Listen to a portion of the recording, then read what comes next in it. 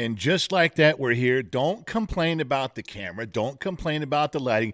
Don't complain about the microphone stand. This is the best we could do. We had our crack team of experts on it. Can anybody hear me? Hello? Hello? Hello?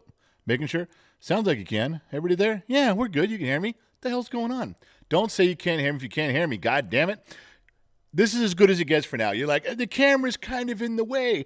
It blocks that beautiful face. I know. I do apologize. We're working on that. But if you could see what's around me, it's a decoration of white lights. I feel like I'm somebody for once. Oh my God! Yeah, line says no, it's dim. I don't know if it's dim. It's got freaking so many lights on. I can't even. There's like 1, 2, 3, 4, 5, 6, 7, 8, 9 lights around me right now. 9. If I still look dim, it is purely because my persona is outshining the illumination around me. And there's nothing we can do about that. I can turn this down, but I can't turn it off. I'm sorry. It's just time to fucking drink. What else are we going to do? Oh, I didn't even start drinking yet. Let's go. Pre-game. Drink. Everybody raise a glass right now to the bottom of the glass nation. To you, Legion of Extras. You guys, this one's for you. Starting off with one for you guys. Raise a glass to yourselves. Ladies and gentlemen, if you're not drinking at home, you should be. Oh, and who's in here tonight? Callie Katz here, the Disney kid. Phoenix Common Star, Jessica Franklin, the lovely, the ever-present, the always classy Mrs. Fort Watton is here. Kid brother Joey's kicking around. I see a lion swinging that blue wrench. Jeanette, is it Janet or Jeanette? How do I say that? I'm going to say Janet Duding is here. Yeah. What happened to the new camera? Janet, this is the new camera. Okay, look, let me show you guys. Before we get too weirded out by this whole thing, let me show you. This is the, all right. This is the new camera. This is the old camera. Whoa, not that one. Hang on. Where'd it go? It was just fucking here. Hold on. Okay, now I got it. Okay. This is the new camera.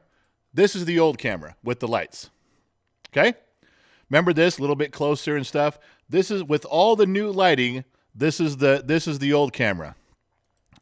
Yeah. So there you go. Now you know the difference between the two. One's over here, one's up here. We're working on it, okay? I barely know what the fuck I'm doing, okay? And it's hard to do all this shit. So we're figuring it out. I promise by the Saturday show, we will have it resolved. It will look much cleaner, much nicer, much newer, or everyone gets a naked picture of Janet's mom. I think that's fair. So we'll strive to do our best here. All right, where were we? So Janet, thanks for messing up with the new camera. That is this whole because of Janet Duding's in here. Just like, what's going on with the new camera? There it is. That is the new camera. God, way to make me feel bad. Andrew Gray's in here. We have marvelous Miss Miranda's in here. Thank you so much for showing up, sweetheart. Joe Duff, Bob B. All right, we'll call him K. Miller. Jessica Franklin. We already talked to Cal Weisenoak's in here. Bryce Barnes showed up again. Who did I miss? RPG Dad's in the house. Chush is here. You can't just say her name. You have to enunciate. Chush. You know, Pauly Shore. Chush. You guys remember those movies? Don't act like you don't know. All right. Yeah, and Life Tries Stevie says, Red Wave Brother. Yeah, all right. Let's get that out of the way, the Red Wave. You guys noticed that I sort of downplayed that. I was like, yeah, we should do pretty well. We should take back the house. But you didn't hear me running around screaming, Red Wave, man, it's coming. The Red Wave is going to happen. I never did that, and I didn't. You have to learn in life how to manage your expectations. So you're doing this big push for the Red Wave. Brigger!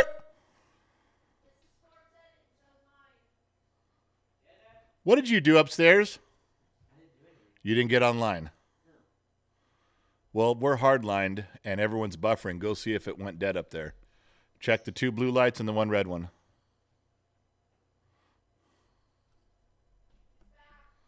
Are we back? Are we talking? I don't know what's going on. We're hardlined right now, so it shouldn't have given us any problem. All right. So what I was telling you about the Red Wave is that I didn't scream and yell for it.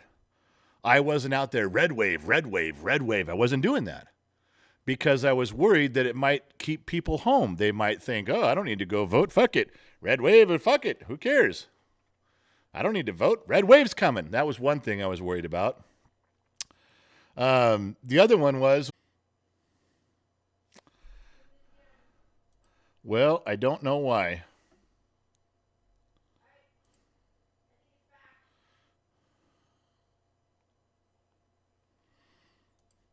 I don't know why it's doing that. I have everything shut down. We got plenty of room to roam in here. I don't know why it's doing it.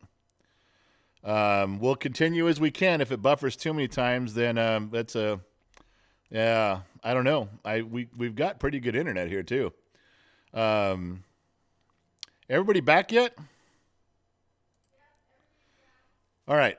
So where was I? So the red wave didn't really happen. And, of course, the Democrats are screaming how well they did. Look how great we did. They still lost. They're still losing the House. And they may lose the Senate, but they're out there. Democracy is intact. Everything's okay. We're all running. This everything. We won. Did you? It's just now let's just set aside a couple things and talk about it. For the most part of the country, it was just a regular midterm election. The people that were in the White House lost in the midterms. It always happens. Republicans lose in the midterms to Democrats. Democrats lose in the midterms to Republicans. It's just how it goes. It's how our country operates. I don't know why. I don't make the rules, but that's how it just goes. Bush lost. He lost his midterms. Obama lost his. Clinton lost his.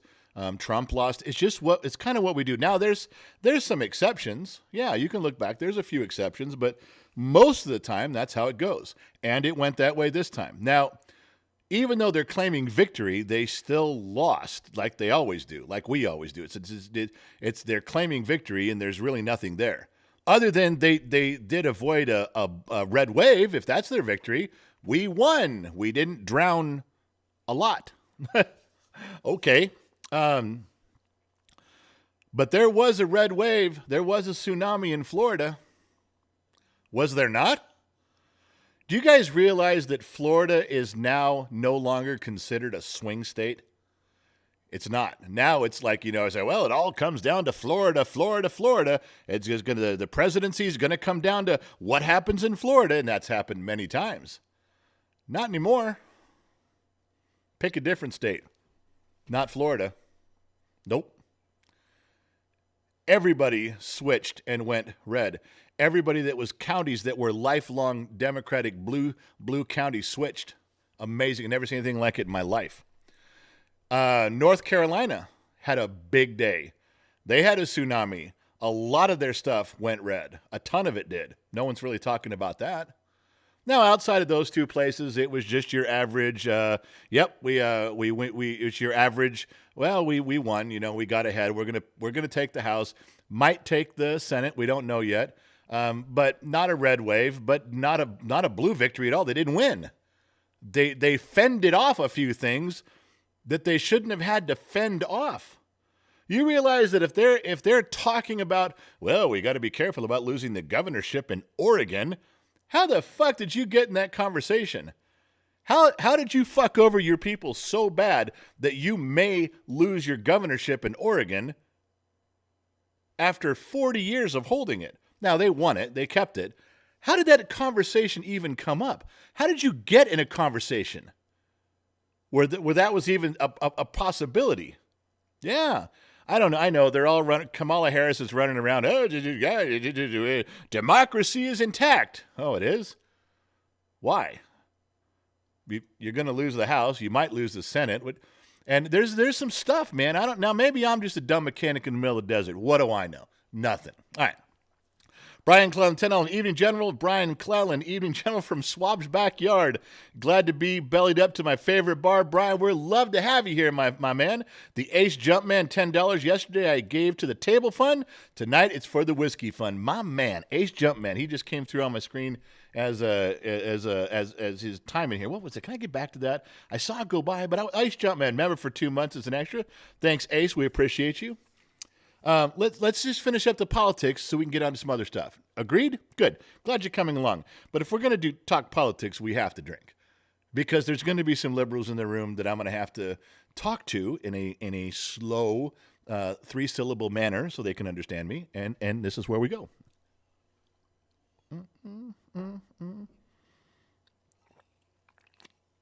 All right. So, setting all the stuff aside that we don't know, there's still, was it 3 or 4 Senate races out there? Is the ones I told you to watch months and months and months ago are still the same. Stuff everybody's watching. It's Arizona, I think it was Nevada and Georgia. Those are the big ones. And that's for the Senate, and we'll be okay. All right. Yes, Jason, we know it's not really a democracy. I just play along with the words they're saying. You're right. Constitutional republic is the correct answer. Thank you for correcting everybody. Jason Alexander. Now, if you're Jason Alexander from Seinfeld, you're forgiven. If you're any other Jason Alexander, then we're like, dude, we know. We're gonna yell. We have no, you know what I'm saying? Okay. Celebrity goes a long way here, man. I've changed my whole life based on celebrities. Whatever they say to do, I do. When George Clooney told me to go buy a Tesla, I bought 4. Yeah. Too bad I can't buy a fucking camera that works, but this is beside the point. All right. So the other thing I thought was interesting, and this may or may not be true, but they may be kind of stuck with Joe Biden. You know, I mean, let's face it. They know they want to get rid of him, but they don't want Kamala. They didn't know what to do. But if they'd have lost big time, they could have easily walked up and said, Joe, buddy, we lost everything. Big red wave happened. You're going to have to go, my friend. You're not running again. Joe walks out the next day. Hey, fuck it. We won, man. We're looking good around here. I'm staying. I'm running in 2024. I mean, you might have just saddled yourself with at least a tough discussion. I don't want to be around the dinner table during that discussion when you tell Joe, all right, you didn't do too bad in the midterms, but you got to go anyway. Maybe he won't remember it and it won't be a big deal. They should lead with that, Joe. Remember when you said you'd step down? No. Well, you did. You promised us you'd step down. Okay, well, if I promised it, pack my bags. Let me get my coat, show myself to the door. Joe's got his hat and a piece of Samsonite, and he's walking down the driveway at 1600 Pennsylvania Avenue. That's some funny shit. All right, sorry, I'm amused by it. So, yeah, it's not as long as we take control of the House, no surprises, no changes, no laws are going to get passed. They even have a chance at going after. They say we're going to go after Hunter Biden. Sure they are. Except they rely on the Department of Justice to help them. Do you think they're going to get any help there? No. They rely on the FBI to be forthcoming and help them. Are they going to get any help there? No.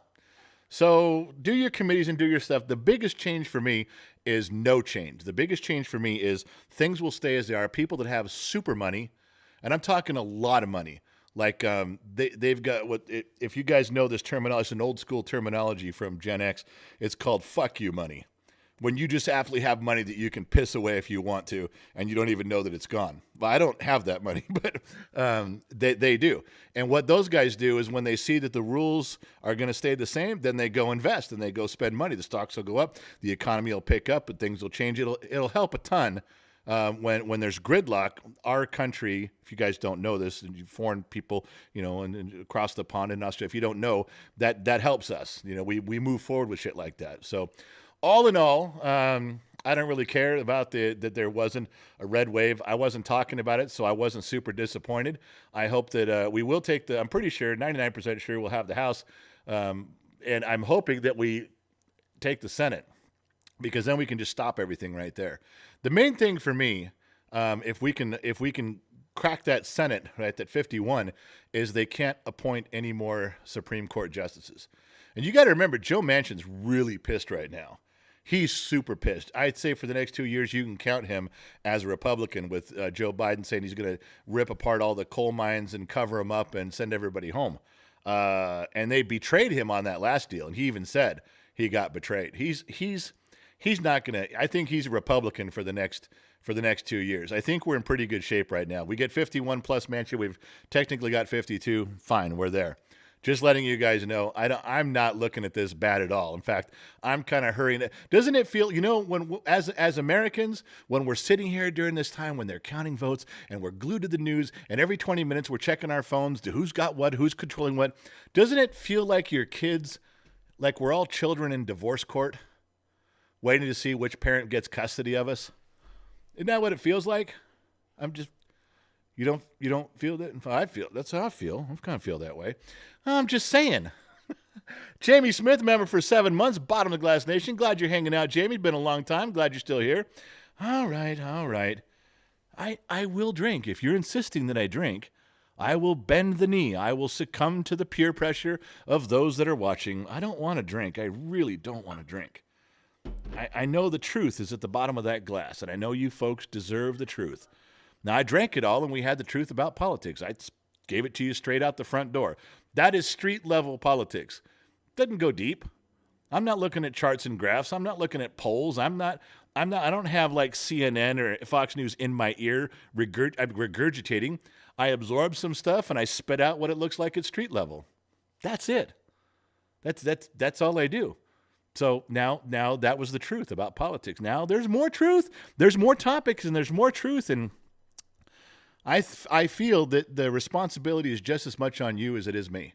I mean, if I'm going to drink and lie, you guys need to drink and believe it. It's a very symbiotic relationship around here. You got to do your part. If you're not drinking, believing my stories, what good is this? Why are we even here? Dogs and cats living together, mass hysteria. All right, here we go.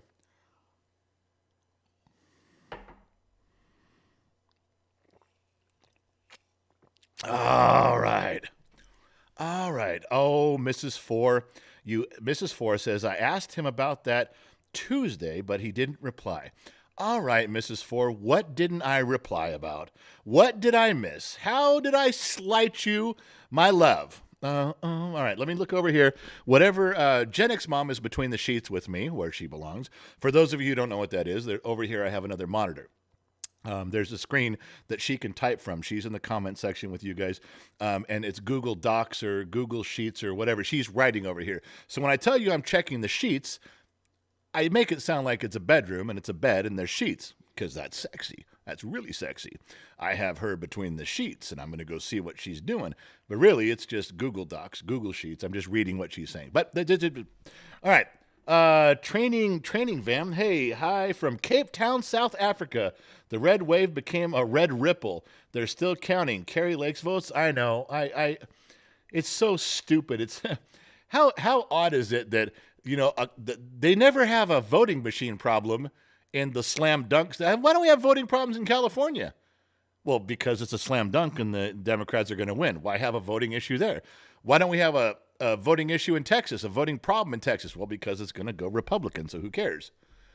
They always have them in the places where it's like, oh, shit, there's a controversial vote here, and our machines are fucked up. We better get all the Democrats down here to the independent contractors to come down here and count this shit.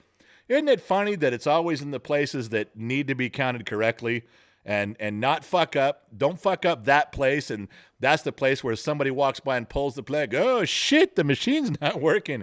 Strangest thing. Let's get some people down here right now. Oh, look, I got a bus full of them right outside ready to go. No, they're all verified and vetted. We're good to go. Come on in now. Paint the glass black on the front. Don't look in. Trust us. Everything will be fine. All right.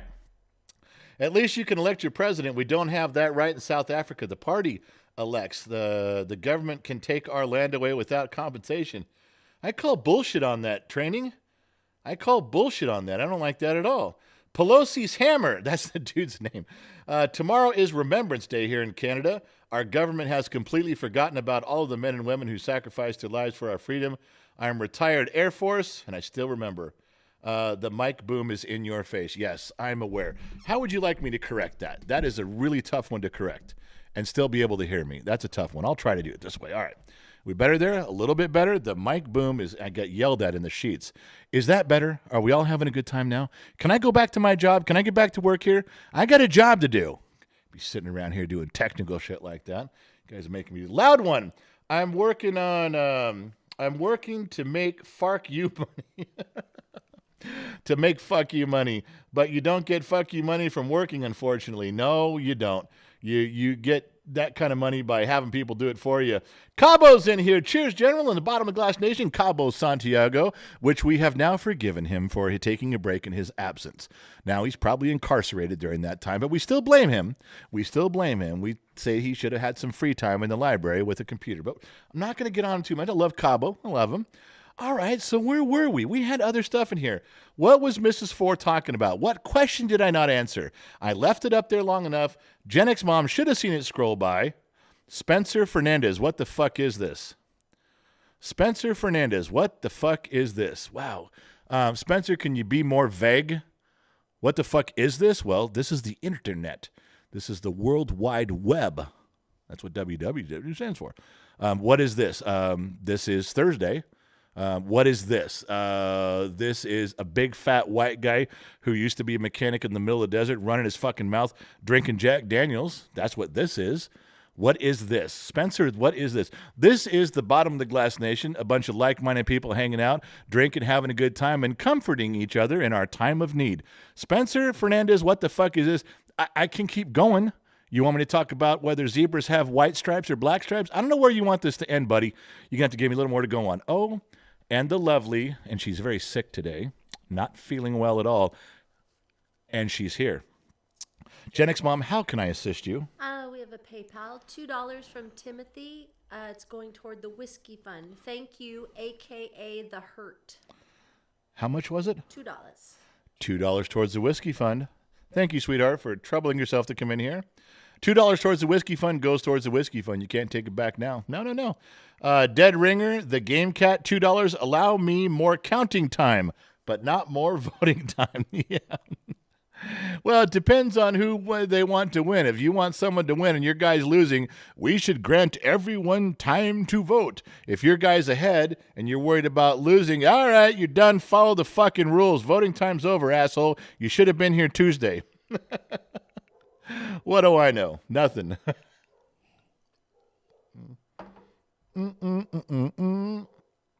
Training wheels to the rescue. I Hate Fuck says happy birthday to any Marines out there. Yeah, today's the day. We talked about this yesterday at the happy hour on Facebook, but about today. 247 years, is it? I guessed 250, but I was wrong. 247 years of the United States Marine Corps, the most badass motherfuckers on the planet, getting shit done and securing the fucking planet. I don't care what you guys say. I saw World War II. I watched the clips, man. I've heard all the soldiers that were there and all the documentaries. I've seen it now. I didn't smell the blood, but I've seen it. And I'm telling you, those motherfuckers reshaped our planet, and they keep putting out fires in places that need to get done. I don't think I'm allowed to say Semper Fi because I didn't serve. But if I could, those are the words I'd use. I don't want to say that out of step. You know what I'm saying? All right. Who was that? Forever Fiction. Jack Daniels is made in the country or in the county of Tennessee that I live in, Lynchburg, Tennessee. A lot of my buddies had a lot to do with that glass of whiskey that you're drinking. My man, Forever Fiction. That connects us, man. That's a big fucking deal. That's a really big fucking deal because from you and your buddies right there to the glass that's in my hand, that's badass. I dig that. All right, I'm still looking for what Mrs. Fort Watton said that I didn't get to. How did that slip by? Gen X Mom? How is that not between the sheets right now? How did I miss that? And she's I'm scrolling back up. I'm looking. Fuck it. I'm gonna go back as far as I can. I'm gonna find out what it was. Excuse me. Instagram Drives, Nick P. I love the videos Nick P says. I love the videos you and your son do. It's hilarious and always makes my day. Nick, those videos suck. Those are called ambush videos. I don't like them. I wish we could just do this. This is like sitting around a campfire. This is like sitting around a bar. We're having a good time. You guys are talking. I'm talking. I'm digging this. That other shit's a little fucked up and wrong. I know you guys like it, but Jesus, tap dancing Christ. Gen X Patrick, here's the secret. You don't need fuck you money to enjoy a fuck you attitude. Don't tell anybody. That's true. I guess you don't got to have all that much money to tell someone to piss off, do you? Checking the sheets, I'm getting yelled at. I got dead ringers. That one can go away. Dark Blaze. My father was on the beaches of Normandy in the third wave. I can't even tell you how much respect I have for the men who stormed, all of them everywhere. But God, the ones who just stormed Normandy, you had to be like, can you imagine the fear? And you're like, fuck it, we're here. Let's just go. You got to imagine the mentality of men back then. It's so different than today. The mentality of them pulling up in that, what was those called? Higgins Beechcraft, is that what they were called? Higgins boat in Utah and Normandy, and sit. They talk to each other before that door comes down, before that drawbridge lowers. You got to imagine the fortitude of those men going, we're all scared shitless. Everyone's pissing their pants. I got it. Me too. But if we don't go do this, they're going to have to send someone else to do it for us. God, in today's age, there's so many kids today, Generation Z, go, oh, fuck it, send somebody else. I don't care. I'm going home. But back then, that was embarrassing. You couldn't do that. You couldn't live with yourself if you backed out and you made someone else come do your job for you. Do you get the difference between the greatest generation and late millennials or Gen Z? Pretty easy, pretty cut and dry when you look at it in those terms. Dark Blaze, complete respect for your father. I hate fucks. If I had to guess, we were asking about Allie and you didn't answer us. All right, that could be it. Yes, Allie was a moderator. She was a big part of Gen X Talks. We have parted ways. Now, I could make up a big elaborate story on why. I could make up a huge issue and tell you, I just wasn't man enough to keep her around. I tried everything I could. I raised hands, and the truth is she went this way and we went that way. We love Allie. We miss Allie. Are things easier around here without Allie? No. Are they harder? Yes. Gen X Mom has to do the sheets every night. I have to learn how to build all the intros. Yes, things are harder. It's just how it worked out. It's just like when Liz went her way and Liz is gone, and Allie went her way and Allie's gone. And guess what? There'll be other people that come and go too. That's just the way shit works. Sometimes we'll be up, sometimes we'll be down. We just keep moving forward. You guys have had that in your life too. Don't tell me you haven't. If you haven't been divorced and had multiple husbands or wives, you've had girlfriends, you've had people come in and out of your life. There's very few people to stick with you through the long haul. That's just the way it is. And I'm sure people have felt the same way about me. Like, oh, he was here for a while, and now I got it. That's life. That's life. We don't always like the decisions. We don't always like the way they turned out. But we deal with it and we move on. Allie is missed every day around here. She's a good girl. We miss her a ton. But there's your answer. Yeah, that's why she's not here. What we get? Mrs. 4 Watt and Cali Cat and I were asking about the Powerball jackpot won in California Monday night. It was $1.24 billion. That is fuck you money. Yes. Now, I'm not sure who won that. They said it was a man who purchased the ticket, but they didn't know his name. But they figured out. I guess it was through. I don't know if they figured it out by now. But the last word I heard was it was a man who bought it at this the little station down here, not too far from here, a couple 100 miles that way.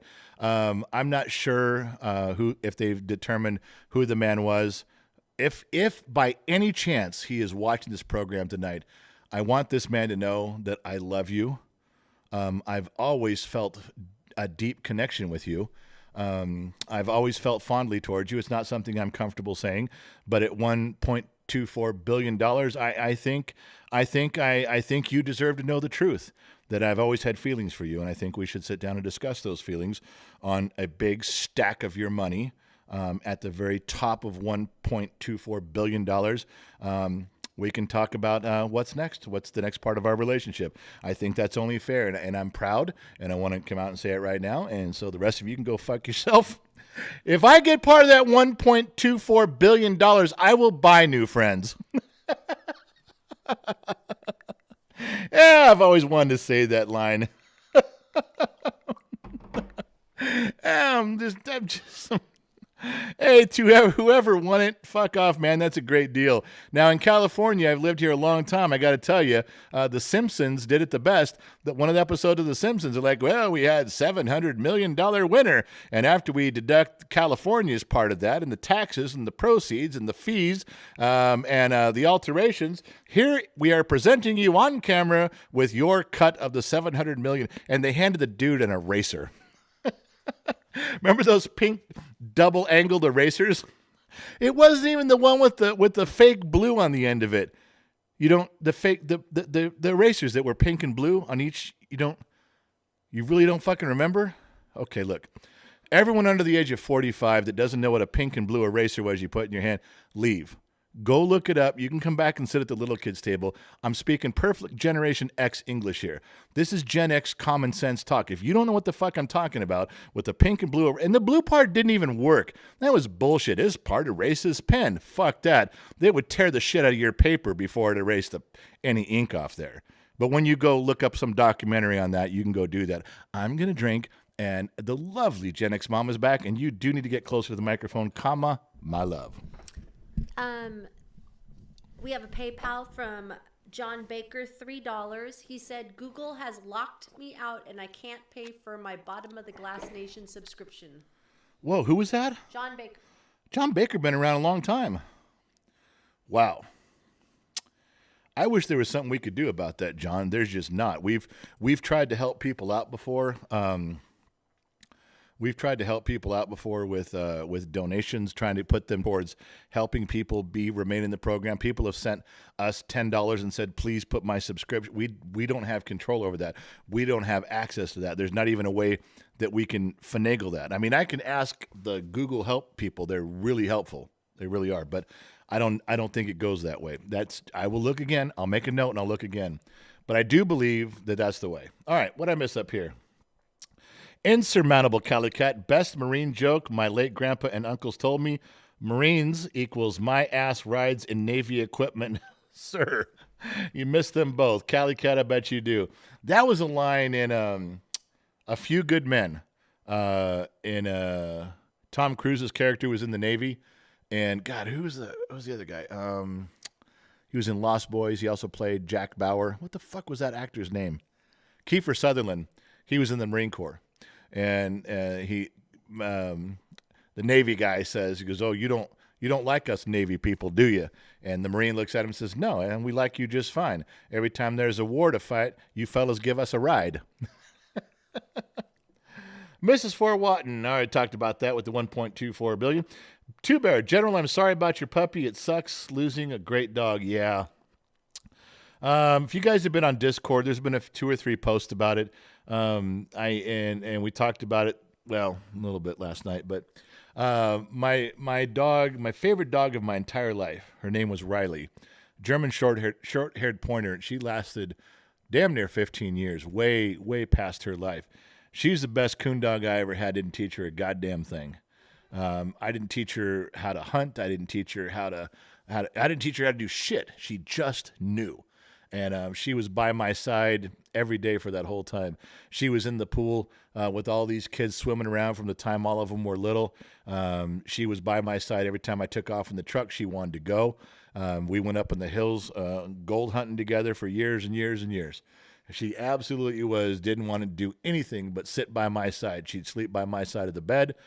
She'd sit by me during live streams. You guys know that I was tripping over her as she was moving around. And she had to go. It was time. She couldn't eat anymore. She couldn't go to the bathroom without help. She just was struggling, and Gen X mom really had a hard time. We put her down yesterday, and we talked about it on the live stream a little bit, and Gen X mom was crying. I'm sorry, the podcast. We talked about it a little bit on the podcast, and Gen X mom was crying on the podcast. She was a mess all day yesterday. Just couldn't get her mind around it. I'll tell you something weird. You guys are going to get bored. Some people are going to hear this short story and hang up. People are they're going to chime in right now and go, what the fuck's this guy talking about? All right, I'll tell you something weird. Gen X mom's dog is a puppy, and it's a boy dog, and he's a fucking asshole. His name's Ranger.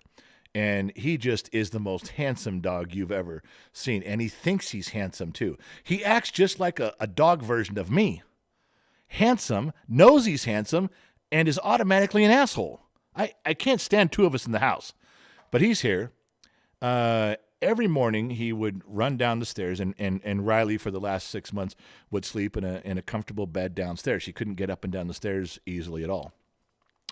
And he would run downstairs and find her, lick her in the face one time, and then head out the door. And she didn't care for it too much, but she didn't care. And he just did this as a puppy. We don't know why he did it. And this morning, obviously, she was not in the bed. Now, Riley has laid in different parts of the house for hours at a time. She's been by me. She's been on the other side of the table. She's been in the other room. She'll just pick a spot where she wants to be, and she just lays there for hours. That's how part of her life has been. So that bed has been open and available hours on end. No dog has ever laid in it, sat in it, stood on it. Not once. Not one time in the last 6 months. And this morning, Riley was gone, obviously. Ranger comes running down the stairs and goes to lick her in the face, and she's not there.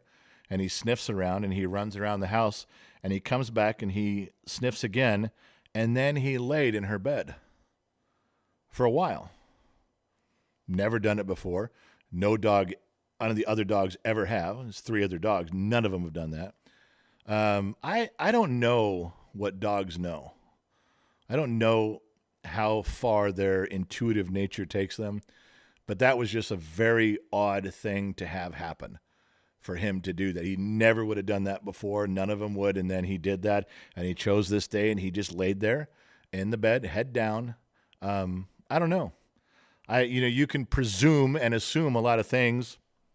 I'm not a dog whisperer. I don't know, but that's what happened, and we're still dealing with it. And it's a weird gig, man. It's a really weird gig.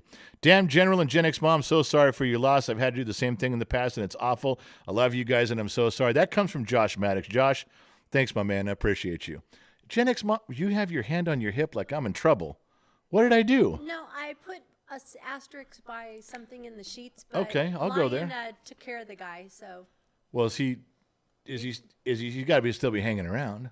I'm assuming, but you can read what he said. All right. While you do that, while you read it, Elizabeth Rojas gave $20. Hello, handsome general. Belated birthday gift for the kid. No, Elizabeth, no. You were going good with $20. You were going good with handsome general. Then you went off the. Elizabeth, have you been drinking tonight? Have you been drinking? I'll forgive you. I will forgive. You know what, Elizabeth? Let's just drink together. Let me pour a little glass. Bum, bum, bum, bum, bum. And you know what we're pouring? We're pouring out of the decanter. This is a decanter 11 that the Sun Valley Fox has not filled. You guys realize that my mother-in-law, who loved me very much, on her deathbed wrote into her will that he was obligated to fill this decanter until the end of time. He hasn't done it once. She passed away in April. Right now, she's rolling over in her grave that her son, her eldest child, has disrespected her so badly. Now, I did help her write that in there. She was having trouble back then. But it was her words. It was her handwriting, or as close as I could get it.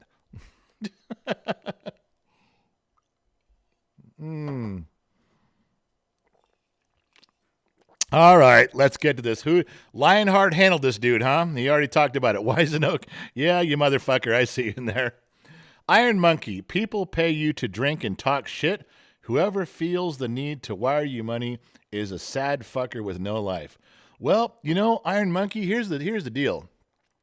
The sad fucker isn't the one who gets paid to talk shit. The sad fucker is the one who gets paid to go away. The sad fucker is the one who gets paid to shut the fuck up. And don't tell me that somebody hasn't come up to you in a party and stuffed $5 in your pocket and said, dude, here's $5. Can you shut the fuck up for 10 minutes? Now, I know Lionheart probably put you in a timeout. He might even ban you. I don't know. But if you're still listening, in either case, Iron Monkey can listen. He just can't say anything. Iron Monkey, first of all, that's one of the dumbest fucking names ever. That's like what a third grader would choose when they're playing Minecraft. I'm Iron Monkey. Fucking, it's a little bit silly. But secondly, think the person who has no life is the one who drops in. I'm just going to drop into the stream and drop some comments and say some shit. I don't know what the fuck I'm talking about. And it's exactly the opposite of what's happening in my life. Yeah, people pay you to shut the fuck up. I would. I'd pay you $5 right now to shut the fuck up. I'd pay another $5 to go the fuck away. How about that, Iron Junkie? Iron Spunky. All right, what do we got in here? Everybody's all fuck monkeys. Iron Monkeypox. Oh, Collect Gems says the first words I heard when he showed up were shut the fuck up. I'm sorry, man. That's not really a good way to welcome you to the podcast or the live stream. What the fuck we're calling it? Hold on. R2-D2 is not doing his job. I got the control right here. R2, you got to fucking come around, baby. Come on now. Come on now. Come around. Come around. Little more. Little more. Right about there. Hey, buddy. Now you're on track. All right. With R2-D2 in place, we may continue. All right. Iron Monkeypox. Yeah, I should have fucking caught onto that one. The guy runs his mouth like he's Kimbo Slice, you know? The toughest guy at the barbecue. Lionheart says, I'll take 10 to go away. God damn. You know what? Lionheart, I wouldn't give you the money. I'd call up your wife and give her the money. Here's $20. Make him shut the fuck up. And she'd do it. For $20, the only problem is she might charge a little more because if she makes you shut up here, then she has to deal with you there. Yeah, that might cost me a little more than I'm thinking. I take that back. I do apologize. Mrs. Lion, you call me, we'll figure something out. But there's got to be a medium ground, right? If we're going to have to share custody of Lion, we're both going to have to put up with him equally, wouldn't you say? All right. Old Man Jake, you should do it when you... Oh, God, hard to read. You should do when... Old Man Jake, $5. Hold on. You should do win a bar night with... You old man, I bet you could raise $25.99 for that. I don't know what the fuck you just said. Jake, what the fuck, man? Speak English or slow it down. Use smaller words. I'm having trouble. Oh, all right. You know, I haven't even got to the shit I was supposed to get to. God damn it. That's it.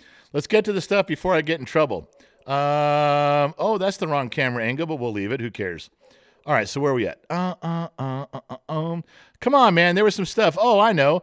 Something next Monday, this coming up Monday in a few days, in Discord, in the Discord server, we got to watch a free movie. We all hang out together. A lot of Gen Xers do that in the Discord server. It's just a bunch of chat rooms. It's free. You just log in and hang out and talk about stuff you like to talk about. All different rooms with all different things. But on Monday, there's a movie couch, and we all watch a movie. This Monday, it's going to be Smoking the Bandit. It's going to be a good movie. I'm watching that one. Also, if you didn't get the announcement, if you didn't get a notification from YouTube, that's because YouTube is about 50-50 on those things, we've learned. So we opened up Patreon. It's $1. Just join Patreon. You get a direct email. We email you, say, hey, we're going on Facebook, we're going on YouTube, we're going on TikTok. We let you know way in advance, half an hour, 15 minutes. We let you know what's going on. That way you don't miss anything. If you don't want to show up, you don't have to, but at least you get the email. So you get one email a day from us. Big deal. No big deal for you. We don't saturate. We don't bombard you. We don't flood you. But the other thing is when you're on Patreon, there is a ton of behind-the-scenes stuff that no one else gets to see. It happens if you guys are Facebook subscribers, it goes there. If you're YouTube subscribers, there's a community section, members only. You guys get this stuff. Patreon gets it also. But Patreon also has the added 2 benefits that Patreon has that nobody else has. One is they get the email because you can't email anywhere else. 2, I hate saying this. It's kind of embarrassing, but I write. I know there's only a handful of you that even know what I'm talking about. But in Patreon, there's some stories that I have begun writing that are part 1s, part 2s, part 3s. And the people that are really interested in the stories, they'll tell me. They say something, and that lets me know to keep writing. And I don't put it out publicly anywhere ever been writing my whole life, short stories, poems. How do you think I got Gen X Mom? It was this and stories, lies that I could write down. Yeah. And so if you go to Patreon, if you join Patreon, it's a fucking $1. It's $1, but that's what you get. People say it's worth it just for the emails to be alerted. People have literally told me hundreds of times, I'll pay the $1 just so I don't miss it. Give me the fucking email. All right, there we go. All right, what else am I paying bills with? The podcast is up. Yep, there's another podcast that's up. This one we brought Gen Z Kid back. We finally found a way to get him back in his busy schedule. But nobody likes the podcast. Everybody hates this one. It went down the tubes in flames, so I have to cut him loose. I got to give him his walking papers. I got to go to the kid and go, look, dude, you suck and nobody likes you. Okay. And as soon as I start getting some of that feedback on those ambush videos, those are going away too. As soon as you fuckers start writing, go, these suck, they're gone. I just say, look, the public has spoken. Your people have spoken. No more ambush videos. I'm sure in the comments section right now, I'm going to get a bunch of thumbs down on those ambush videos. Thumbs down, thumbs down, thumbs down. I will screenshot that shit. I will drag him by his ass downstairs right now and show him your disapproval, and we can end the ambush videos tonight. Just like that. All you guys have to do is vote that fucker off the island.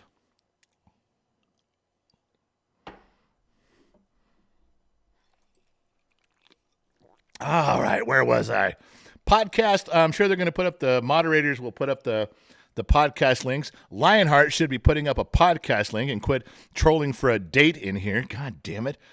Do something constructive, Lion. You're swinging that blue wrench like you own the goddamn place. You got a job to do. No, thumbs down.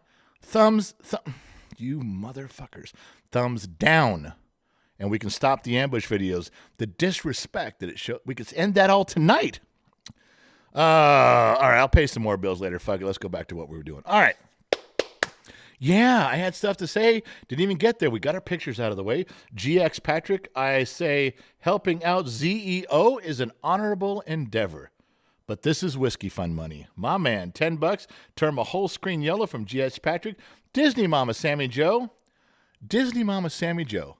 Turn my whole screen yellow with $10. Same as GX Patrick. And you know what her message was? I love you.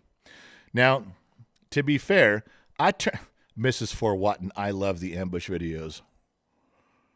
Wow. Mrs. Four, I thought you had a little more style, courtesy, class. I thought you had a little more fortitude to stand against the establishment with me, shoulder to shoulder. I was wrong. Got a problem there. All right. I understand, Mrs. Four. To work on that with you. You know what? I'm going to have to pay for some therapy for you. $300 a week. Sound about right? Yeah. Get you some quit with the thumbs up. Who did thumbs down? Who helped me out there? I saw there we go. Ripped Hydra. That's my only friend tonight. Ripped Hydra. Just met him 10 seconds ago, and we're best friends. Just letting you guys know. What the fuck was I even talking about? I lost myself. Why? Because I've been drinking way too much. Constipated in Sin City. Hey, Pops, you know what day in January you will be coming to Las Vegas? As a matter of fact, I do know. And let's go back to the pictures, and let's go to the Vegas pictures. Look at that right there. Now, I know that there was a form, a questionnaire set up. That was something that was set up for you guys to fill out the questionnaire, and it was very detailed about, are you coming? Are you thinking about coming? Where will you be staying? What would you like to participate in? It was very detailed. We lost all that information. We have none of it. 0, 0, 0. I don't even know the link. I wouldn't know how to get into it anyway. It's all gone, and I can't get it back. It disappeared and walked out the door, and I have no way of contacting it and telling it to come back, and can I please? No, nothing. So all you have to do is just email us, vegas@genxtalks.com. And here's why. Let's say that Gen X Mom reserves a room and she's doing something so fucking cool. I can't wait to go there. It's a room where everyone has to be naked and you get free drinks. Oh, wait. No, she's not doing that one. Hold on. Whoa. No, she didn't want to do that one. It was the other one. Okay, it was at the bowling area in the Red Rock, and the room was with a bartender, and everybody can be no dress code, but you have to wear clothes. Recommended. Anyway, what if she reserves that for 100 people, and then 300 people show up? Now I got to stand at the door and go, I'm sorry, did you email me? Did you tell me you were coming? Did I have a name tag ready for you? Oh, you didn't bother to email? Well, then go fuck yourself. You can sit outside. I can't put 300 people in a room for 100 people. And every one of those extra people is going to go, come on, dude. I give you super chats, man. I've been part of the Bottom of the Glass Nation forever, man. We're good like that. Then why the fuck didn't you email? Why the fuck didn't you take 10 minutes and email what your intentions are so we knew what we're doing? Yeah, it sounds different when you put it that way. And you know what? I've got the right two people to stand at that door and tell you the phrase, sorry about your luck. We love you. Thanks for hanging out in the live streams. But if you did an email, fuck off. And that's Two Bear and Lionheart. And Two Bear, he loves all you guys. Two Bear is the fucking sergeant at arms around here. He loves you guys. He'll talk to everybody. He'll hang out. You want to have a sandwich? He's a great guy to have a sandwich with. I've had a sandwich with him. But if you don't take time to email us, you don't give us the courtesy, it's kind of like an RSVP. Just let us know what you're thinking so we got the room to do what we're doing. You're going to fuck off like that, then how are we supposed to help you? Because Gen X Mom is really going out of her way and deep into my fucking wallet to do some cool shit for you guys. How about like t-shirts for everybody who shows up, like an event t-shirt? I made it to the Vegas meet and greet or something cool like that. How about the little name tags for everybody so you know who you're talking to? When you walk up and it says Two Bear, you're like, oh, fuck Two Bear, that's you. How about one that says Lion, where you can look up and go, fuck Lion, that's you. That you wouldn't you like to have one of those? Then fucking tell us what's going on. Give us your name. Take the time to send a goddamn email. Please.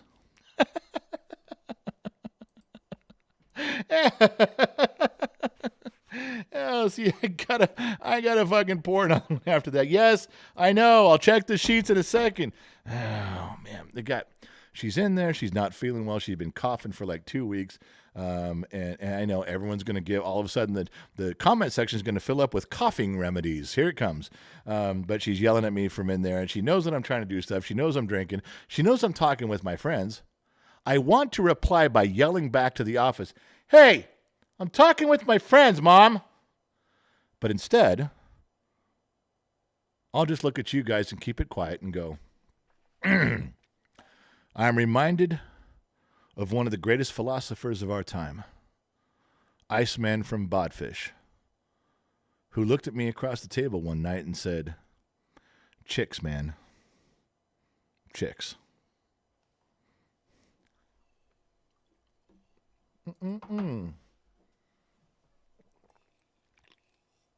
All right, so Sin City, that's when we're going to Vegas. Hope you read the dates on that one. It tells you what's up. Scott Royston, no more ambush videos. My man, Scott. Scott, can I commission you to make an oil painting of me? I would love that, Scott. You guys look up Scott's oil paintings. You'll shit a purple fucking Twinkie. Tiffany Mims, General, I'm late. Send me to the woodshed. Somebody put Tiffany out. Never mind, I'll do it myself. Don't do anything to anyone that you're not willing to do yourself or something. Don't send anyone to do anything. Nah, fuck it. She's in the woodshed. The woodshed is where you go when I'm pissed off at you. When you cross the line, you end up in the woodshed. That's right. That means 5 minutes of no texting in the chat room, in the comment section. All you can do is watch. Yeah, much like, well, boy, I almost went off the reservation with that one. Old man Jake. Old man, did you win a date with Gen X Mom? Try and do it with you for a bar night. Is that better? Plus, I've been spraying polyurethane without having my fan on. That might be the problem. Old man Jake is stoned out of his fucking mind. Yeah. Do you guys know what happened with date night? I auctioned myself off for a date night in Las Vegas. Now, Sammy Joe gets a date night. Sammy just gets one. All right, let's clear that up. She's my sugar mama. She gets a date. She will spend time. But I auctioned myself off and said, I will have a legitimate date. I will clean up. I will be a gentleman. We will have a date. You know what I got? $40. At the last minute, Mrs. Fort Watton swooped in with a $100 bill. And then she tried to give me away to someone. It wasn't even for her. So the legitimate, now Mrs. Fort Watton won. If she doesn't show up, no date. If she shows up, I will be charming. I will be her white knight. But nonetheless, I was worth $40 fucking dollars. Gen X Mom went for $600. She has a date with Lord Crispy. $600 fucking dollars. I'd have to auction myself off like 12 times. I'd have to have 12. Yeah, I'd be a wore out son of a bitch to get to 600. No, I'm telling you. I think you. I know old man Jake said he was huffing polyurethane tonight, but I think all of you were on date night. All of you were fucked up beyond belief. That's what I think. Matthew Parga, is that your bobblehead behind you? Yeah, it is. That is my bobblehead behind me. We're actually going to auction that off. I'm going to sign that, although Gen X Mom's like, you are not going to fucking, you know how much you paid for that fucking thing? I know. I'm not giving away a gift. No one gave that to me. I bought that, and it really does look like me. And I think Sammy Joe wants the naked version, but the dressed version I think we can auction off. Gen X Mom, how can I help you, my love? I got a PayPal from Mrs. Four. Yeah? It was $20. She said, hope you get to feeling better, dearest mom. Table fund.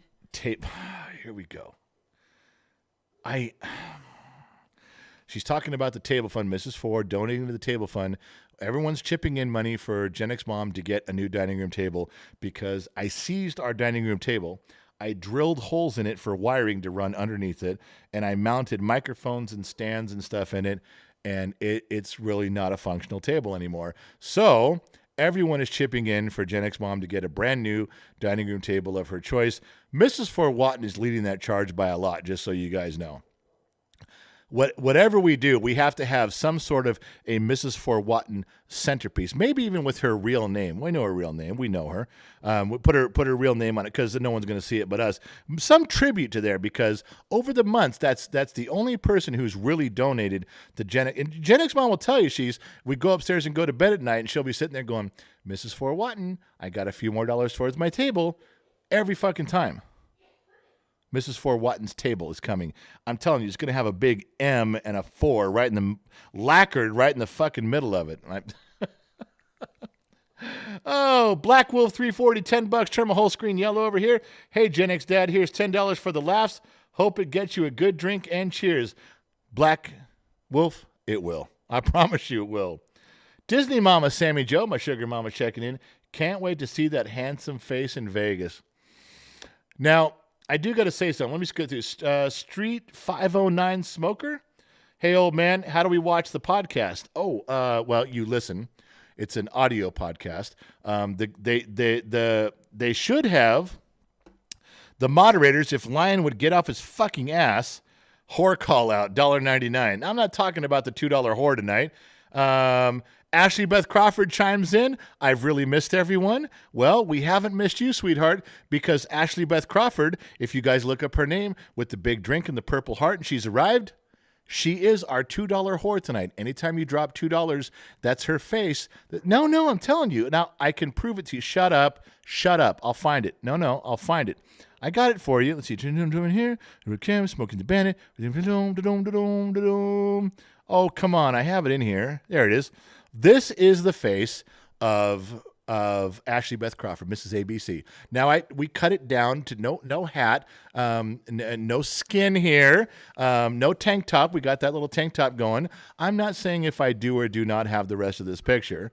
Not that I've spent time alone with this picture, perhaps or perhaps not. But you guys get to see the beautiful face, and that's what's going in the jar. Every time you guys drop $2 into the jar or less, $2 in there, you get to see the $2 whore. See those faces going in there?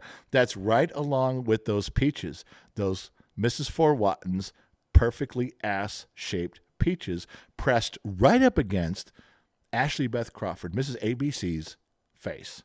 Every time you put her in there, going up against Mrs. Fort Watton's ass, shaped peaches. All right. She is our $2 whore tonight. As Ashley Beth Crawford is our $2 whore, and we do that with pride. You guys realize that there's going to be shirts made soon, and you can purchase them. But if you have been the $2 whore, you get one for free. You get one for free. You get a T-shirt that says, I was a $2 whore. Not that you'd wear it around town. No one understands what the fuck you're talking about, but you get it. Training Vam says, well, Pop, I'm extending an invitation to you to visit Cape Town. Just pay for your airfare and food. Accommodations are free. Dollars go very far here. Wine and food, best in the world. You know what would be kind of cool is Mrs. Fort Watton and Gen X Mom and a few others are taking a European trip. They're planning it, and I'm telling you right now, Gen X Mom is going. She is not going to miss this. She is begging me, just give me a bunch of money and leave me the fuck alone. That's all she wants to go do. She just wants to go, and with Mrs. Four and her, they want to go travel and they want to go do stuff. I can't tell you how much they're looking forward to this trip. So they're going. How cool would it be for me to go to Cape Town during that time? Huh? For me to show up down there and take in whatever there is to absorb in your culture down there in the community and learn what's going on ground level. I'd fucking dig that, man. If that's a real invitation, you better think twice because it just may take you up on it. Where we at? GX Patrick, love me some ABC. GX Patrick goes, love me some ABC. What a bargain. $2 and he gets the $2 whore. She is a bargain. She is at bargain price. Oh, that's great. I love that. Old man Jake. If Gen X moms want, she can send me the measurements of the table that she wants and the color and stain style you want, and I can send you guys a quote, family discount. Email her. genxmom@genxtalks.com. She may take you up on it. She just might. You never know. Loud One, apparently I was the $2 whore, but was on a night I wasn't able to be here. Loud One, that's not my fucking problem, man. You were the $2 whore. In fact, you should have been the 99-cent whore, goddammit. All right, Loud One, I love you like a brother. You know I do. I'm going to drink one just for you. Hold on, I'm pouring one right now. Pour a little bit something in there, baby. Something coming on now. And we're drinking. Mrs. ABC, I got her comment there. So we're good. I'll delete that one. And I'm caught up between the sheets. Let me scroll back down here before I get off on Frank Blees in here. My man Frank showed up. Hello, General and everyone. Quick stop in and I gotta go. Frank, my man. Glad he showed up there. All right. Wisen Oak. Fuck, I barely poured it. Wisen Oak, I set it and I poured it and I drank it all within like 10 seconds. That motherfucker still got him up there and the drinks. You guys are really fast with that shit. You guys are really fast. Trippy Pineapple, do I get 3 shirts then? My profile pic was one, my handsome face, and my pickle was the other one. You know, I think Mrs. Four was upset that night that we put a pickle so close to her ass, shaped peaches. I think that didn't go over well with her. I kind of stayed away from that for the rest of the next month or so. I didn't bring it up. I did not want to have her mad at me. Loud One, Chush says I'm now the $2.99 whore. All right, Loud One, your stature in America has been raised a little bit because you're with Chush. Never forget that. You lose her, the rest of us putting you back down where you deserve to be. Holy shit, my whole screen turned pink. Hold on. It's I can't say that. Gory Curry. I don't know, but her fucking picture is awesome. No, she's fucking hot. Hope it's really her. Hope it's not a dude putting up a woman's picture because I'm fucking all over that shit. My whole screen turned pink. Hold on. $50, half a C note. Hey, General, I love the ambush videos. Well, after seeing your picture, so do I. I love the ambush videos. I encourage his ambush videos. Every day he wakes up on his way to school, I remind him, hey, could you please do an ambush video? Gory Curry. I'm going to call you Curry. Curry, I want you to know that I just talk all that shit about the ambush videos for the benefit of everybody else. But I'm with you. I'm right there with you. I'd do more videos if you'd like. I'd give him permission to do more videos. In fact, let me go on record right now, sweetheart, saying that I thank you for stopping by. Thank you for the $50, but more than that, thank you for the picture. If someone as lovely as you has taken an interest in the ambush videos, then they can't be all bad. And I'd stand up and salute right now, but I'd be off frame, and all you'd see is my big fat white belly. We can't have that. That would be a bad way to start the evening, wouldn't it?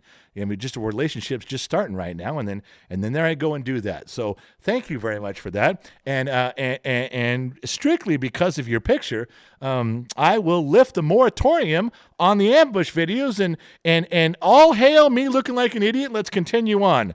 As she has spoken, and you will all fall in line. Every goddamn one of you. Chush. I'm pretty sure that $2.99 isn't enough. Well, Chush, you have raised Loud One's stature in the community. His station in life has now improved. It What do you mean you don't know what station means? Station in life? His position. You fucking millennials, are you fucking kidding me? And Gen Z, you don't know what, when I say his station in life, it's his, fuck. Who lets these people in? Fuck. Okay, look. I'm trying to be calm. The rest of us in Generation X know exactly what I'm talking about. I'm not using a foreign language. This is English. This is common terminology from back in the day. If you don't know what I'm talking about, leave the live stream and go look it up. You can come back, but you got to sit at the little kids table. All I said was his station in life, and you guys looked at me like a deer in the headlights. You fuckers wonder why I drink. God damn. Okay. I'm sorry, I got off topic a little bit there.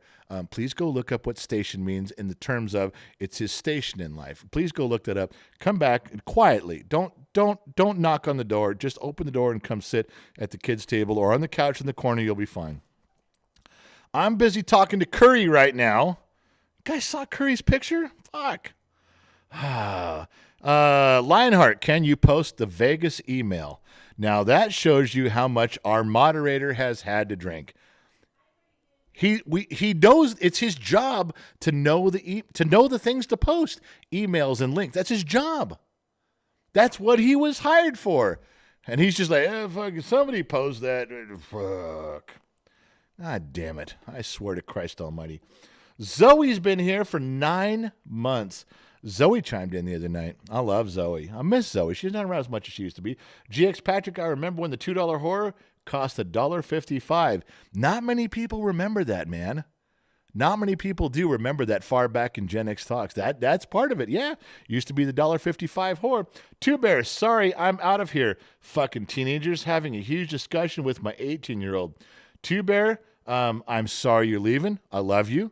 You know that you're a huge part of what goes on around here, but I'm also glad you're leaving because I'm about to do some Gen X Talks trivia from way back in the day, and this is that Two Bears, one more dude who would know the answer and now can't earn shit, which will really piss him off once he hears that, and then he's going to scream at his kid, you see what I'm fucking missing? You see what you're fucking causing right now? You goddamn...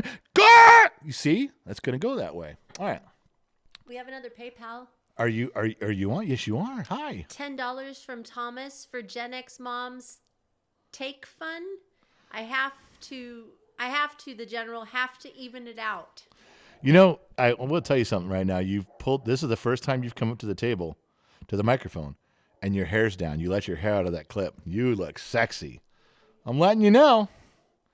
Little something going on later, sweetheart. Loud one, I'm buying the fucking station. So I can build the bar. Loud one's buying the station. We can build the bar. There is a fund. There's a fund for the studio. The studio's on its way. I elaborate. It's a studio. Would you guys like to contribute? It's $700,000 studio. No, it's a fucking prefabricated barn from Tough Shed. But we have Loudman. Lionheart's going to come out this way. He's going to help. They're going to set it down, all assembled. Then he's going to help wire it and soundproof it. We got a bunch of amperage we can put out there. We can put 50 amps to this thing, and he'll set it up. I don't have a fucking clue. But there is a fund for the studio. To which, just so you fuckers know, Mrs. Fort Watton is leading the charge on that donation too. You fuckers are behind. You guys, she's gonna get her name on the table. She's gonna get her name on the studio. She can have her fucking nameplates on everything. Oh my God, Elizabeth Rojas, you guys call her Ellie. All hail the original OG $1.55 whore. Yep. All right, hold on. You guys are going old school. We got rid of Two Bear. I'm sorry, an 18-year-old got rid of Two Bear. I'm gonna drink, and we're gonna do some trivia, and we're gonna give some stuff away. So if anybody who left early, fuck them, they're out. Anybody who's thinking about leaving, go on, leave. They don't give a shit. Go.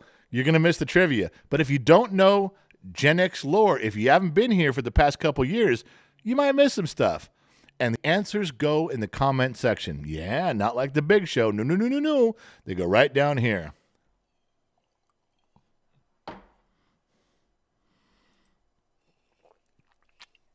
All right, let me scroll to the bottom, make sure I got everybody here. Everybody's chiming in. Disney Mama got me. I Can't Raise a Glass, Loud One, Ellie Rojas, Marvelous Miss Miranda, Cali Cat, Wise, you motherfucker, you got it again. Scott Bartosh chiming in. I love Scott. Scott, I love the relationship between you and Tori right now, that things are working out. I hope it goes someplace. I hope it does something big. And if we can do something here to send stuff down the road and that, you let me know. I'd love to help you. All right, Diane Black. Yeah, she got in on the action too. Janet's in there. Tori, hi, I can't see your name. Tori says, hi, can't see your name? Is my name supposed to be somewhere? I don't have it on. It's on my back. Top Knots Rule, raising a cup of coffee. Diane Black. Diver Monkey. Marvelous Mr. Randa says blue. And you guys are guessing Buford and blue. I haven't said anything yet. Ashley Beth Crawford, member for 9 months, bottom of the Glass Nation. I love her so much. Thank you for letting me be the $2 whore tonight. I'm honored. Ashley, it was my honor to make you a $2 whore. Now, thank you for taking that time with me to become a $2 whore. It really means something. And you'll get a t-shirt when they come out. They're coming out soon. All right.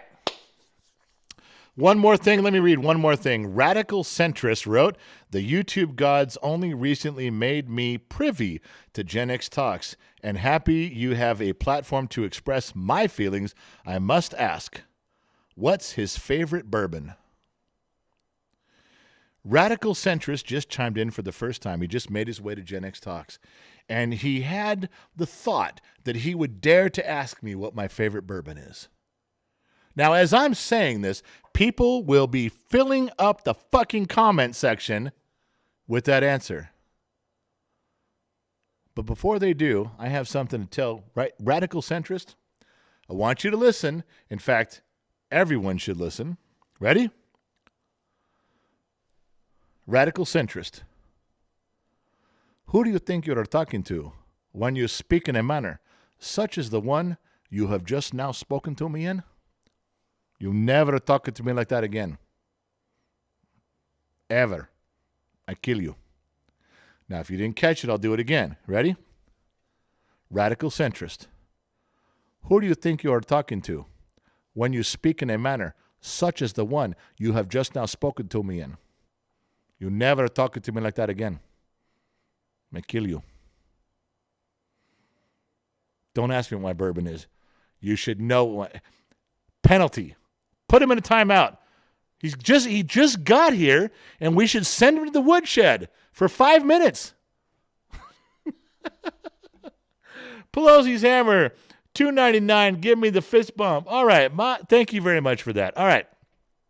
Now, Dave Vine's like newbies, man. Newbies.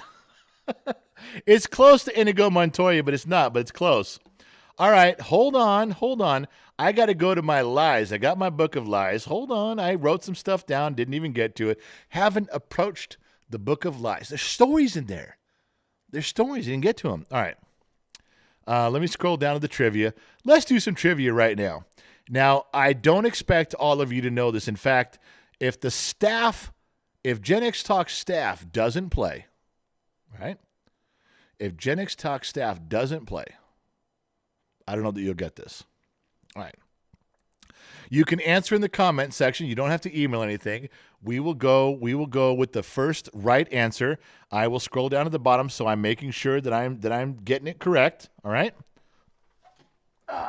Joseph Baker says Scotch is the drink of real men. I believe you on that. Trippy says I won't play. Trippy, you and Lion are so drunk right now, you almost could play. You thought at Top Knots goes, I thought he was doing Ahmed the Dead Terrorist. Come on, man. Perhaps that's just an original voice. All right. Uh-oh. I got summoned by my wife. We got a PayPal from Susan, $25, and she didn't say where it was going. Then Susan loves me. Susan dropped $25 in PayPal, but didn't say where it went. As all of you know, the rules around here, when there's unallocated funds, they go to the whiskey fund, and that's just how it ends. Thank you, Susan. I will be drinking more on you. Now, let's get back to trivia. You guys ready? You hovering over your keypad right now? You got your finger out? Take your last swig. Tell everyone to shut the fuck up around you. Get ready. Get your fingers ready to type. No, you're going to get some cool shit. You guys know that when Gen X Mom gives a prize, she throws a bunch of shit in there for you guys. She loves you guys. You know she does. All right. We had a meet and greet in Las Vegas last year.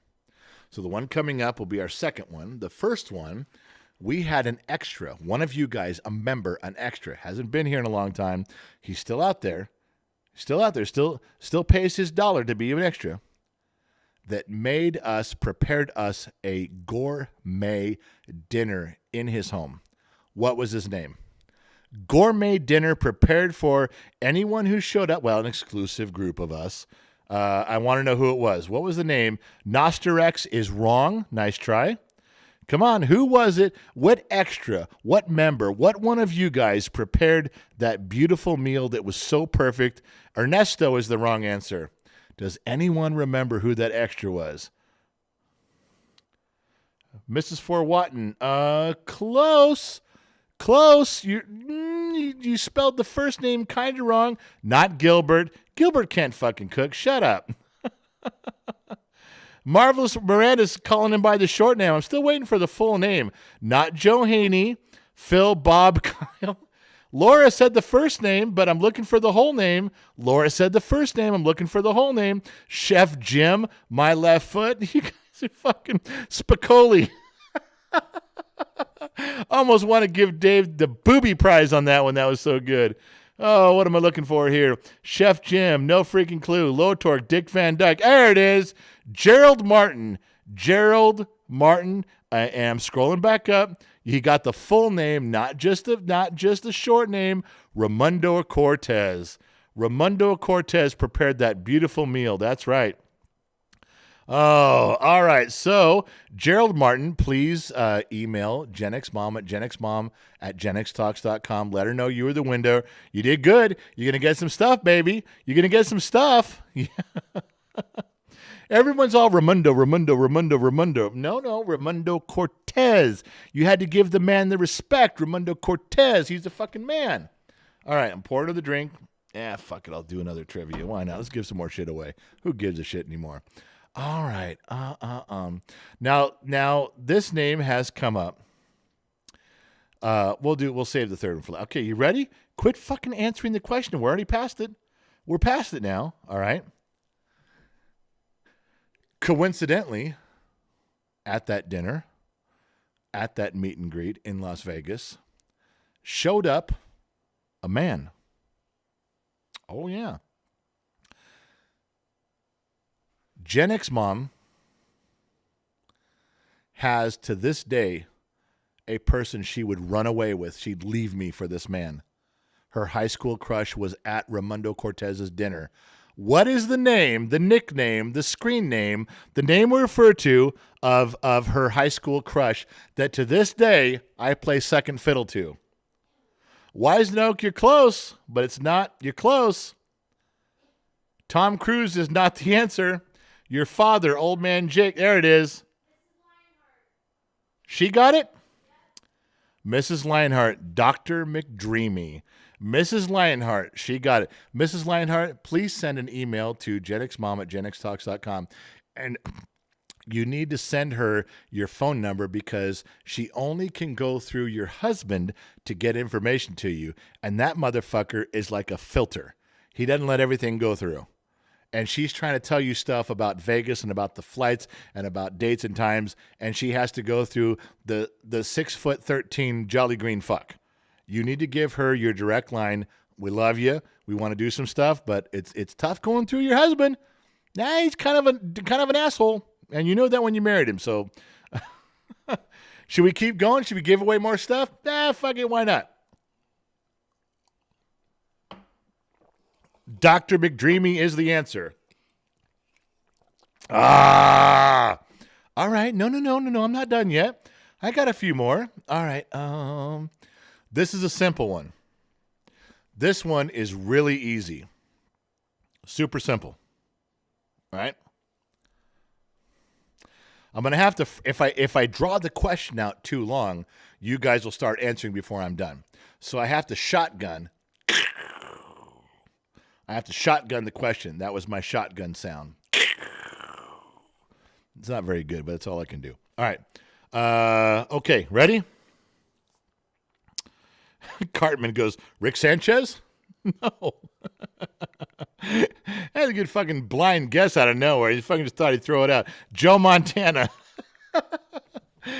Suzanne's like, Joe Montana. Fuck it. That's as good a question answer as any. All right. Here we go. Ben, can a man be pregnant? Comma, fuck no. Quit asking stupid questions. All right. Diver Monkey, Rick Springfield. We had a Rick Springfield moment tonight. You guys don't understand. I don't care who she's thinking about.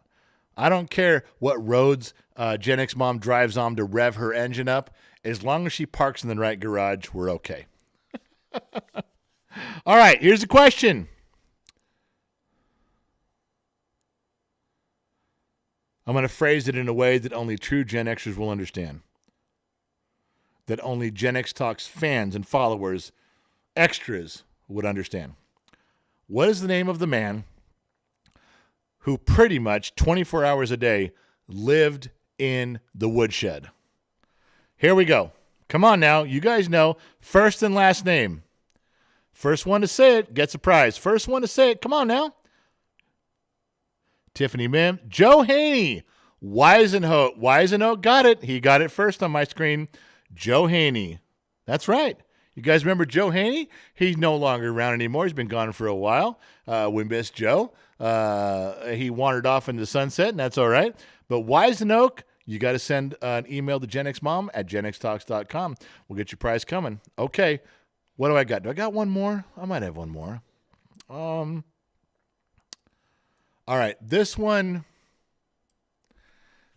Nah, I can't even do that one. That's too hard. No one knows that. No one. I will tell you what. I don't think that anyone knows this. Okay. I don't think that anyone will even have a shot at this answer. I know the staff knows, but I don't know that we ever officially told anybody. So it might be an unfair question.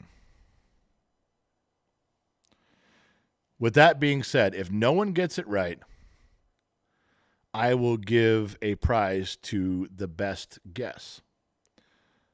But if anybody gets this right, I promise you, I will send you whatever the most expensive package Gen X Mom can put together of Gen X Talk stuff. If there's glasses, if there's T-shirts, if there's stickers, we'll put the whole... It's a tough question. Now, you guys know the little logo of the Screaming Man, little screaming guy, rah! Little screaming guy that's been part of Gen X Talk since before day one. He has a name. That's right. What's his name? He has a name. He has a real official name. He does.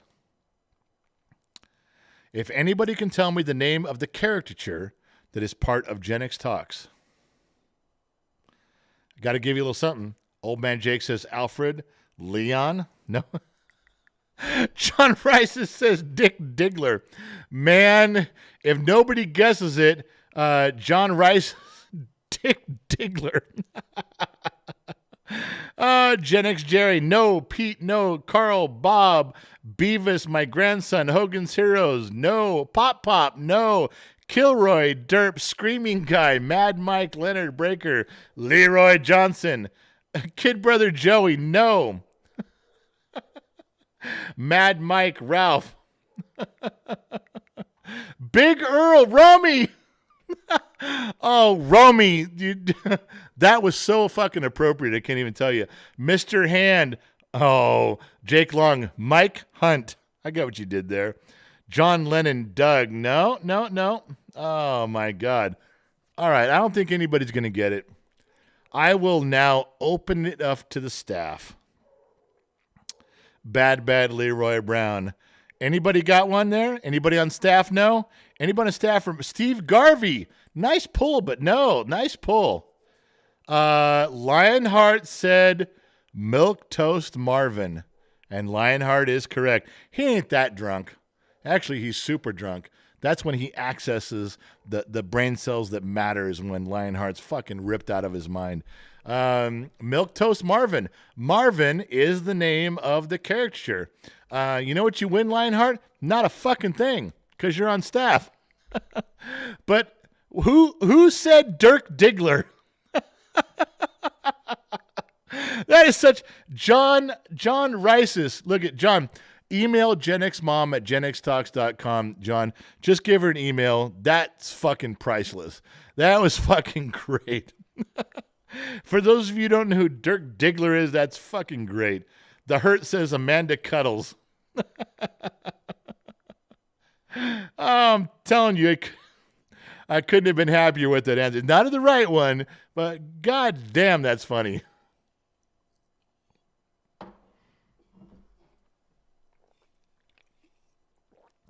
All right, now listen.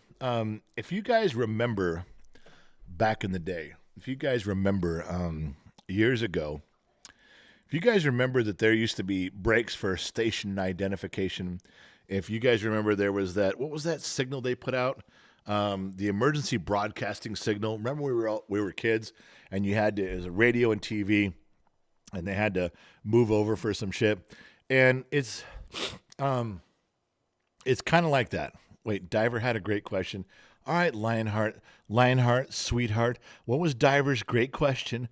Let me back up. What was Diver's? What's the Milquetoast Marvin from? All right, that was a great question. Gen X Mom, write that in the comments and I'll get back to it. In the sheets, please. Okay. You guys remember station identification breaks?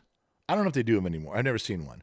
But there was a thing for station identification. You had to tell them who you are, what they were listening to, what they were watching. I don't even know why. I didn't care. But they also had those moments when you're like, if this had been an actual emergency, and they had those beeps, those terms. Well, there's all sorts of reasons that you have to stop a broadcast. There's all sorts of reasons that you have to interrupt your regularly scheduled programming. The one I hated was when they voted in a new pope. I don't know if you guys remember that. It took over every channel, and they'd have analysts talking, and they'd have a camera fixed on the cathedral smokestack, because when a colored smoke came out of the smokestack, we had a new pope. Do they realize that not everybody's Catholic? Do they realize that to a 10-year-old boy who was trying to watch the episode of Hardy Boys, that was a fucking traumatic experience? Because that happened. And my grandfather said, well, they might be over soon. You can get right back to your program. I missed the whole fucking thing. There's an entire episode of the Hardy Boys that I will never get back. I don't remember what it was. I can't look it up because I don't know what I missed. Fuck, I'm out. But just like those moments in time when you have to interrupt a great broadcast, a great podcast, a great live stream, I bring to you the moment in time that you have to endure. You have to go through it with the rest of us, as all great live streams do. And this happens on Joe Rogan's podcast too. This happens on Joe Rogan's live streams too. You have to go through an equipment check. Now, the video seems to be working. I can see the video, but I can't check the audio without your help. Now, to check the microphones, to check the audio feedback on this, we don't have fancy equipment like Geiger counters. We don't have all the new technology, the Fandango stuff that everybody has. We have to do stuff the old Irish way. We have to do stuff around here the way it was done in the 1600s. The way Marconi invented it to be. All right? And I'm not just talking Marconi, who invented wireless. No. Timothy Patrick O'Toole Marconi. That guy. Yeah. And the only way to do that is to do a microphone check where you, the audience, can tell me if you can hear clearly through the microphone. If you can, we can continue the live stream. If you can't, we got to shut the fucking thing down right now. We have standards here, and we will adhere to them. Please let me know if you can hear this microphone check. We will do it the way the Irish did it back in the 1600s. Can you hear this?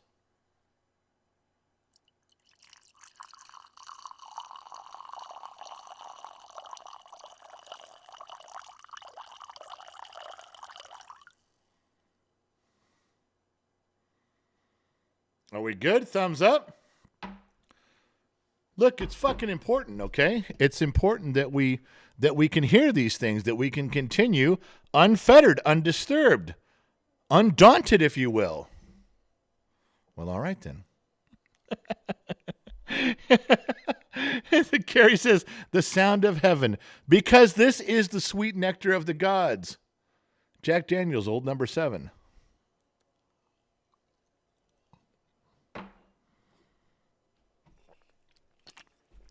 All right. Random Auto says, fuck yeah, General. That's right. You're on my side. We got to keep going. Even if Random Auto, if it's just you and me for the rest of the night, brother, then we're going over that fucking cliff. Let's go. Brian Clellan, $2, loud and clear. You see what Brian did there? He put in $2 and said loud and clear, and he gets to see Ashley Beth Crawford as the $2 whore. Nah, you're not getting by. We know. Loud and clear, everybody coming in. Loud one says, Garrison Brothers are number 7 tonight. I got my decanter filled with your shit, Loud one. This the gift you give that keeps on giving. Yes, I did. About half a decanter full of it. Love your stuff, Loud one. Love you, brother. Thank you for the gift. Thank you for the sponsorship. We'll get to more of that later. Pelosi Sammer, $2.99. Tori Randolph. General, how would someone become a $2 whore? You just have to send me a picture. You email the general, GenXDad at GenXTalks.com with the picture you'd like us to use, and then I crop it out and I put it in there. But Tori, remember that I put the full picture up so people can know it's you. You just got to send it in. That's the way you do it. Amber Banks, Whiskey Fun, number 7 or whatever you want. Handsome. Wow, Amber Banks called me handsome? I've never said that name. I don't know who Amber Banks is, but she's obviously an intelligent woman describing me as handsome. Would you not agree?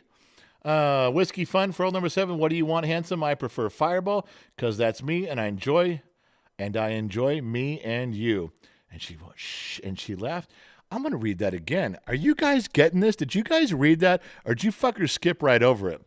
Whiskey Fund, number 7, or whatever you want. Now, that's the beginning of a good relationship where the girl goes, whatever you want. I like that part. I prefer Fireball. A girl's allowed to have her preference because that's me. I enjoy me and you. Well, do you guys realize how many girls have flocked to my side tonight? And I've only got, hold on, pay attention.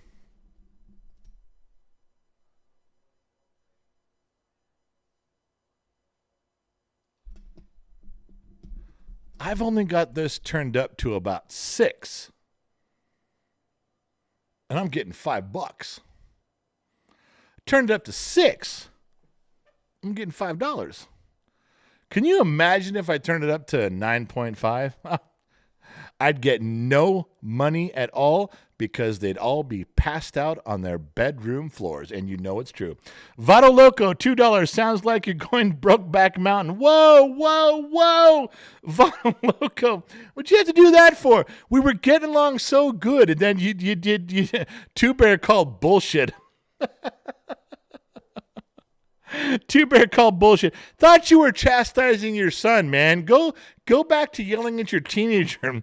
Vado Loco says, sounds like you're going Brokeback Mountain. Now, Vado, I take what you're saying seriously. I know you got the reference, the homosexual reference of Brokeback Mountain. I get what you said. But Vado Loco, you've been around a long time. You know me. I know you. We're friends, right? We can talk as guys. We can talk as friends, right? Sitting on bar stools next to each other. All right, then let's go there. You said, sounds like you're going Brokeback Mountain.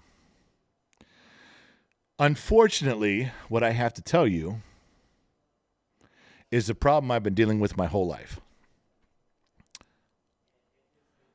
When I turn this up, it affects everyone, men and women alike. I can't channel it towards one sex or the other. I can't. I'm like an outhouse. I'm like a porta potty.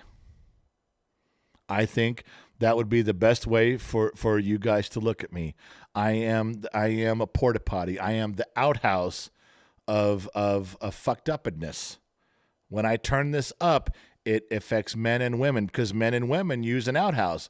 Men, there's gender neutral, is it not? Isn't that the original gender neutral bathroom? Is a porta potty at the fair, at the carnival? Is that not what it is? I think it's fair that you should all look at me from this point on as the porta potty of Generation X. I accept and understand the responsibility of all comers. I am. I shit you not. No pun intended. Vital Loco, I can't turn it down just on men. I can't do it. I am what I am. I love everybody, and you know that. Some motherfucker's going to make a t-shirt now with my face, and it's going to say the porta potty of all Generation X. I'm deleting this live stream as soon as it goes public. Fuck that. Hey, if you can't laugh at yourself, fuck it, who cares? Truth Faction, hey, Captain, as a Marine, Semper Fi, always faithful. I am having a birthday cake and drinks. 247 years of romping, stomping destruction, Semper Fi. Truth Faction, we brought this up at the beginning of the program. I know you probably missed it. With the ultimate respect to everything you fuckers have done for the last 200 years, I can't personally thank you enough. I've seen the documentaries. I've talked to men that have served in Korea, in World War II, in Vietnam. You guys are the shit. If I was ever allowed to bend a knee and lower my head in reverence to people that kept my country safe, that kept the world secure, it's you fuckers. You are the most badass motherfuckers on the planet, and I could never say enough nice. I don't feel that I can use the word Semper Fi. I think that would be disrespectful, being I didn't serve. So I don't say that, but with the utmost respect, Truth Faction, for everyone, for you and every one of your brothers that you know, please understand that I will always be eternally grateful from a point of view where I grasp it as much as I can from a civilian point of view. I didn't smell the blood. I didn't track through the mud. I wasn't there. All I can do is listen, try to appreciate, and say thank you. And I fucking really mean it. I really fucking mean it. I really do. To all of you out there who have served, God bless every one of you. I hope you really feel like we're behind you, because even if the government is not, even if the protesters with their signs and all their factions of ideology are not, most of us are. I promise you, most of us are. All right. Where am I at? Diver Monkey, what is Milquetoast Marvin from? That's that little guy I've been drawing since I was probably 9 or 10. Little character, and I would little voice bubble, and I'd say happy birthday or whatever, Merry Christmas, whatever my mom says. Because you got to remember, when our family would sign a card, there was all these people signing their names.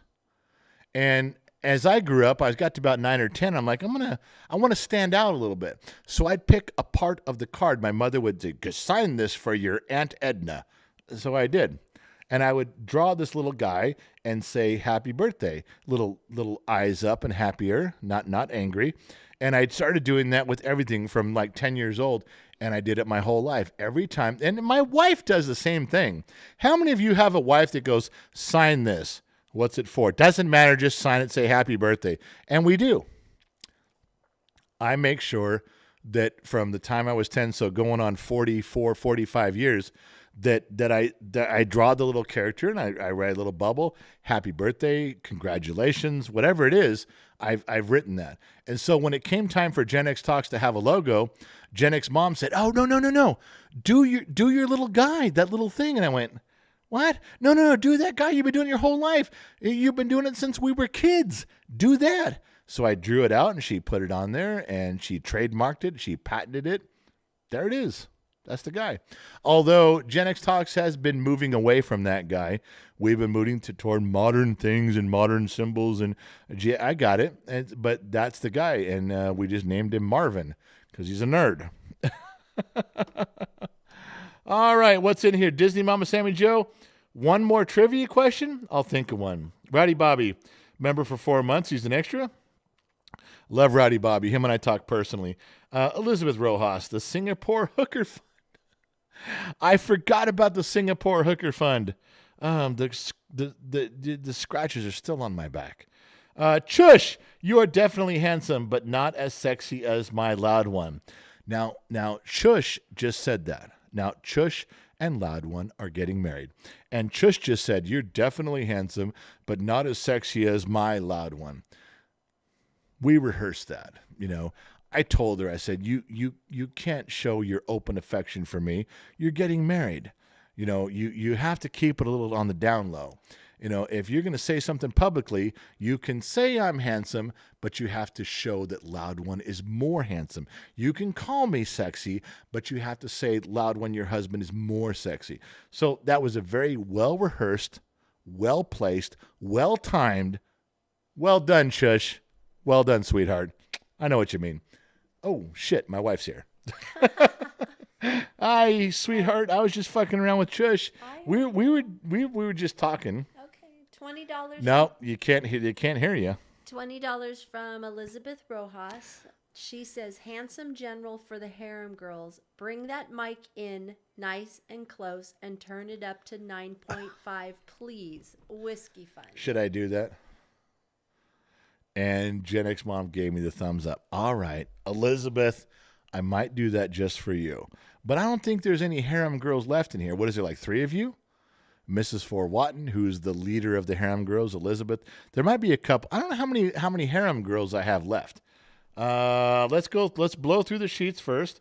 Michael Kornenberg, is there anything positive about your state of California? I can't think of anything except maybe the food. Michael, there is tons of stuff. I love California.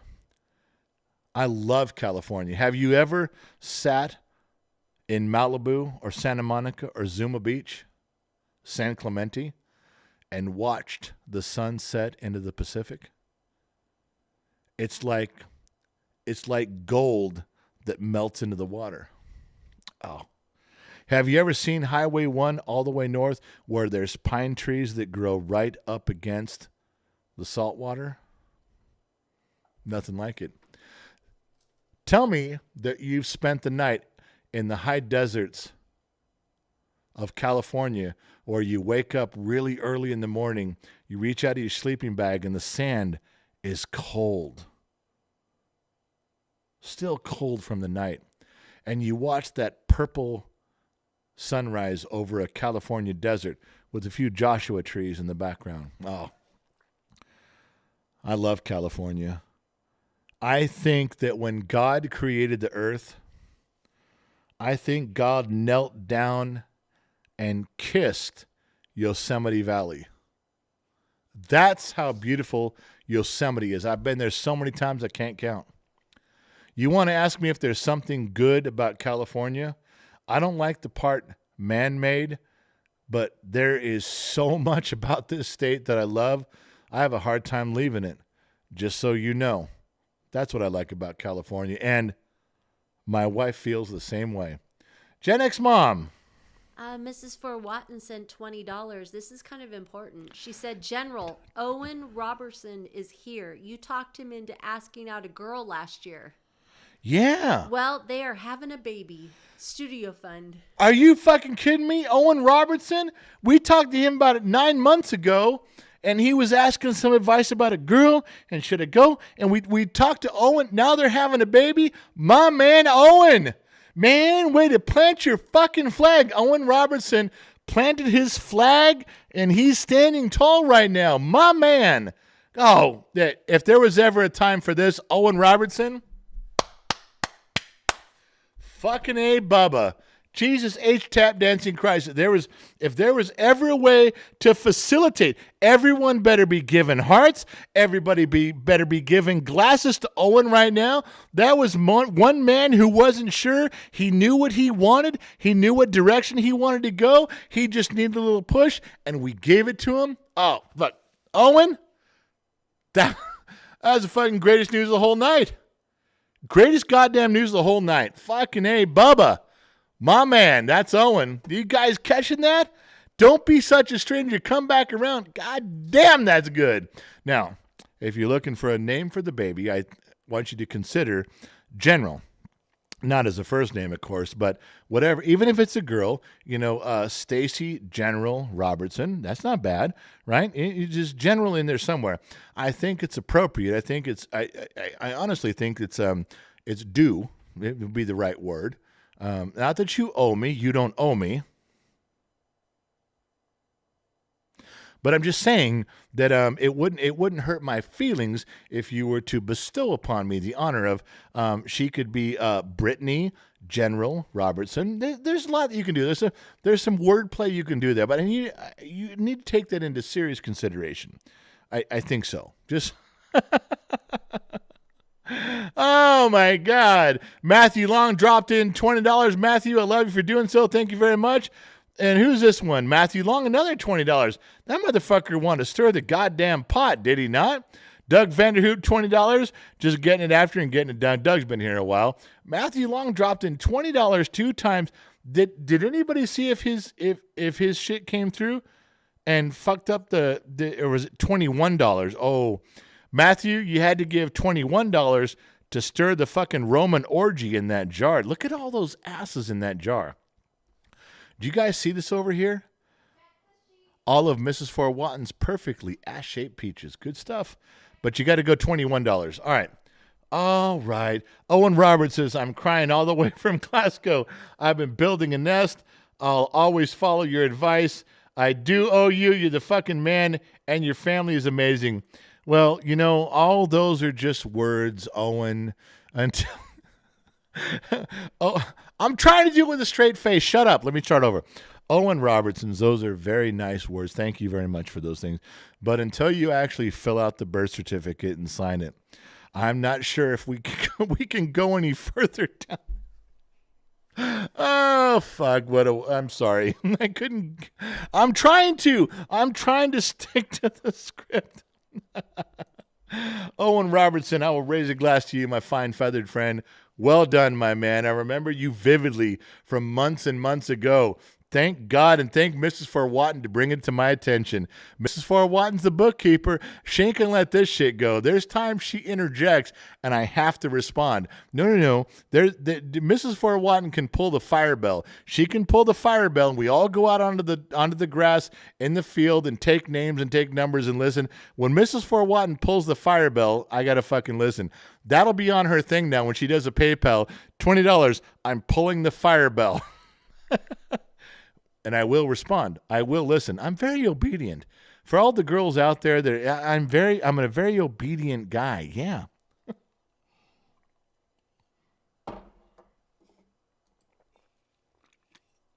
Oh, and I just keep drinking. You guys keep letting me.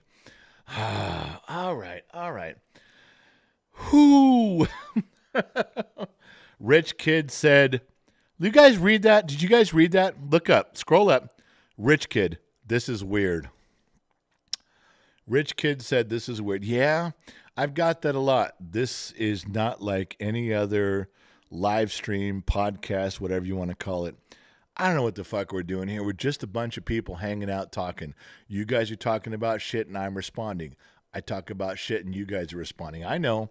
We are unsponsored. Nobody gives a shit about us. We survive completely on the gratuities that come through here. Nothing else. If you think that we're ever going to be mainstream, you think we're ever going to get a TV show on Netflix, we're not. We're not ever going to be more than we are right now, and I'm fine with that. All right. Whoa, Disney Mama Sammy Joe. All right. Gen X Mom.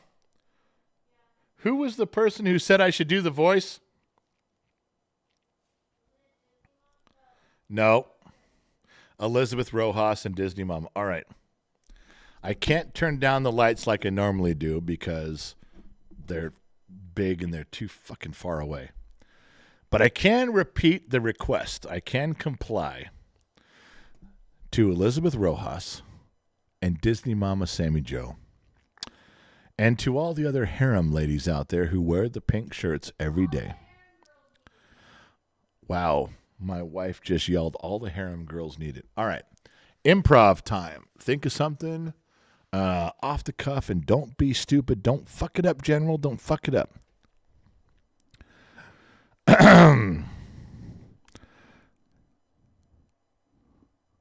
To all the harem ladies out there, all of you girls that have stuck with me since day one, this is for you. I don't care if every other single person gets turned off, hangs up, and goes away.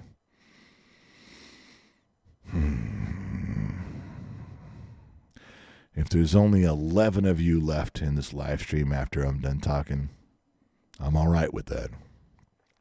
I want you girls to know that, because each of you is very special to me. Now, you know, in your own way, we've talked individually. We've spent some time together, sometimes in Discord, alone, in a quiet room in the dark together, sometimes just emailing back and forth. A few of you have my personal cell phone number, and we've talked.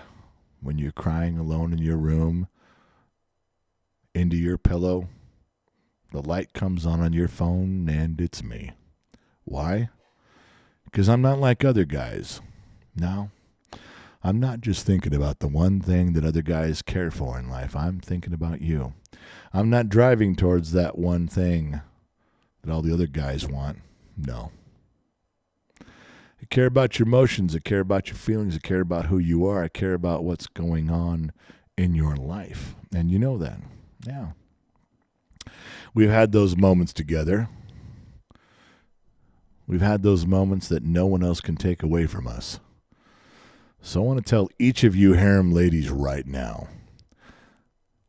I want to lower the temperature in the room just a little bit. I'm going to look right at the camera because you know I'm talking to you. I'm not even talking to the rest of them. I'm just talking to you. You're important to me. You're special. Not just in my life, but to the whole world. And don't you ever let anyone tell you different. So to each one of you, I want you to know I love you. I think about you all the time. And if you need me, I'll be there. But if not, let's meet in Vegas. Let's have a cup of coffee. Let's see where things go. You're welcome, harem. You're welcome, ladies. And you're welcome, America. And Denmark. We'll catch you guys on the flip side.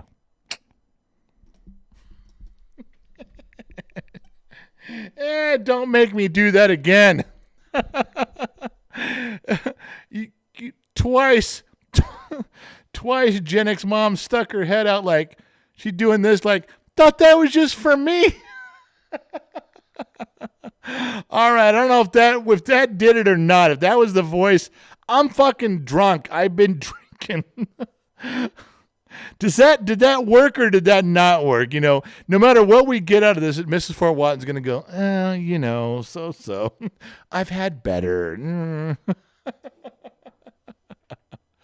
All right, there you girls go. Fuck it. What can I say? There's a bunch of guys that go, I'm fucking never coming back to this live stream again. Fuck off. Oh.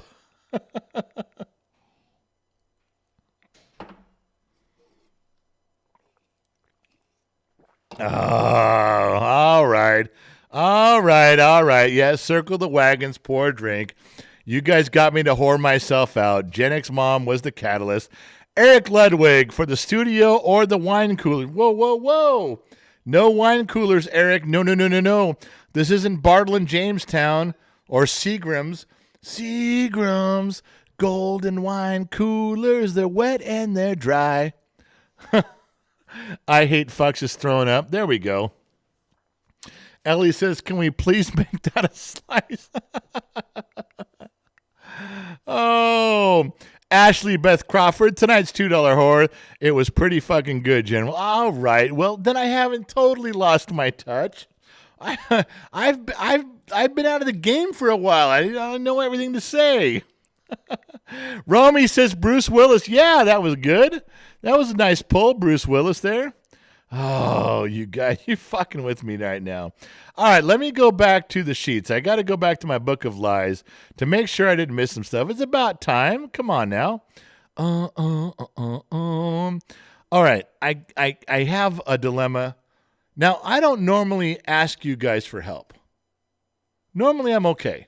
I'm fucked up, but I don't normally come to you guys for help.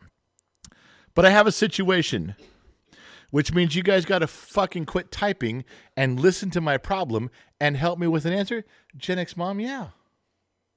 I'm calling it a night. Then get a little closer and let them know. Good night, everyone. I'm not feeling so good, so I'm heading to bed. And Love you all. she's gone. Gen X Mom has been fighting a very bad cough for a long time. She made it 2 hours tonight. I am very impressed. I don't ask much of her during the day. A lot of it is spent catering to her. It's tough. She's in the middle of like 2.5 weeks of coughing so bad that she can't see straight at night. She actually gets to where she coughs and almost throws up. It's bad. And cough drops and cough medicine and, yes, whiskey with honey and all. She's tried everything. It's just something. It's a 6-week cough. Some of you know what the 6-week cough is about. I used to have them every winter. I'd have 1 6-week cough, nothing I could do. And I coughed so much I'd black out. Seriously.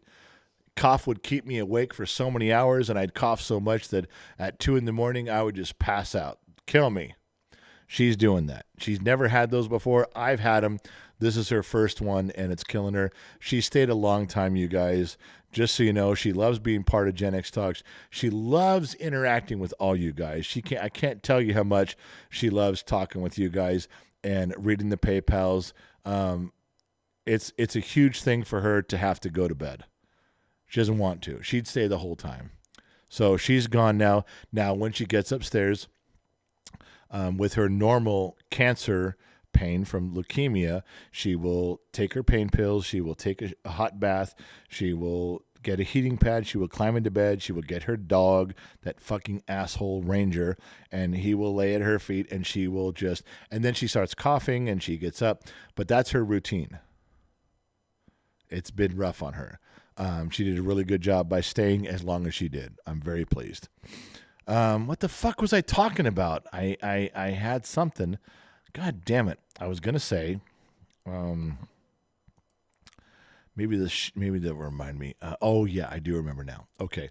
Something that I need help with. All the stuff you guys are writing, she will read. She goes upstairs, and even if she's getting into the bath, she will read. She will scroll back. So all of the thank yous and I love yous and I miss yous and good night, I promise you, she will read them. She does. All right. So I had something that I didn't understand. And this came up in the course of a conversation with Loud One and Chush. But let me back up and spell it out. Now, let me try to get this straight. If you're in a restaurant and a waitress comes up to you and says, "Would you like a chicken fried steak?" Now, when I say that, chicken fried steak, does that not put a picture in your head? What does a chicken fried steak look like? Okay? Chicken fried steak is a chicken fried steak. It's battered. It's chicken fried steak, but it is steak, right? We all know what it looks like.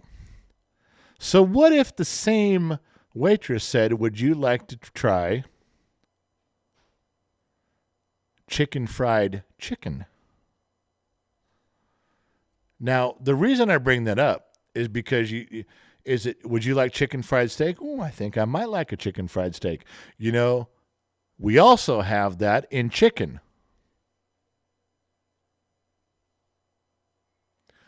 What? Well, we have a chicken fried steak, but we also offer that in chicken. You have a chicken fried chicken? Now, if you think chicken fried steak, isn't that battered and breaded and it's steak? Isn't that what we all think of? So if you think of a chicken fried chicken, would that be battered and breaded chicken? But isn't chicken fried chicken just fried chicken? Because you get a completely different picture when I say fried chicken.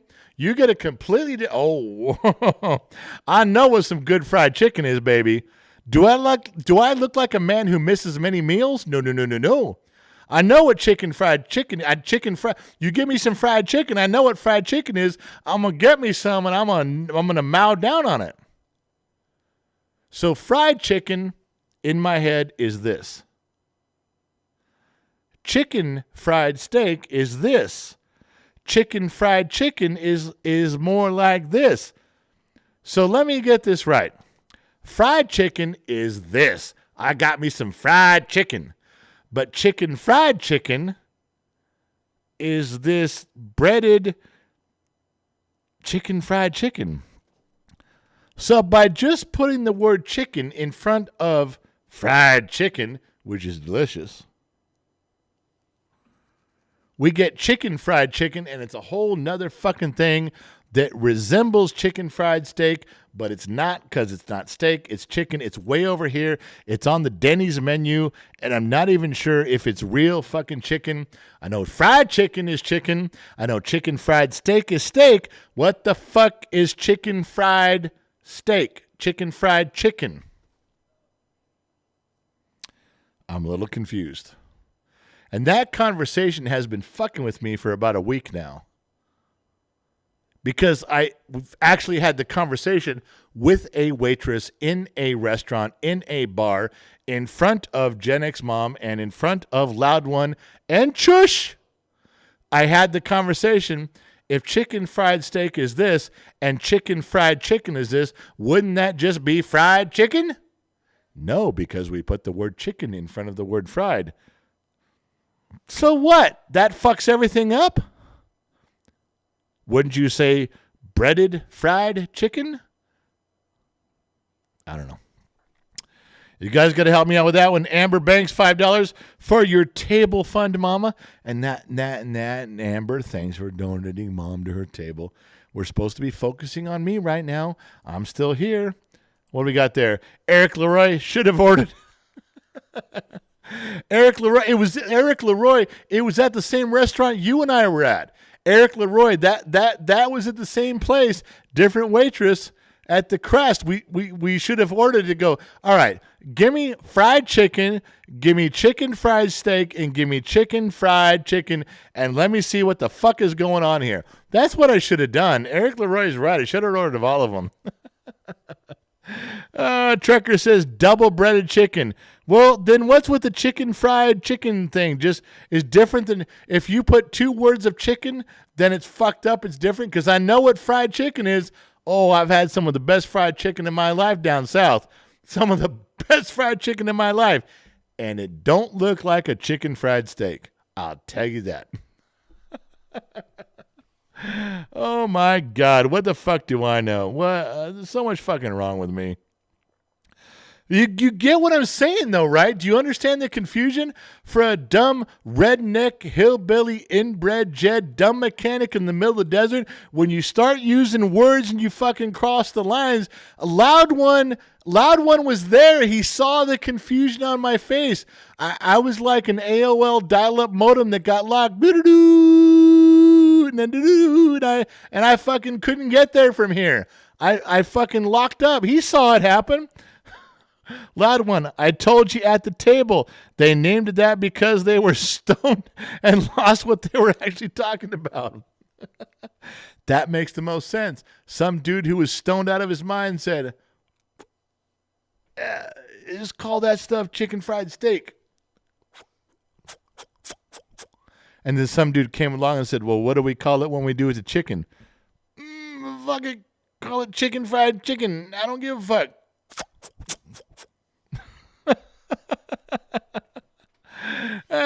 He was there for that shit. Who knows what the fuck's going on?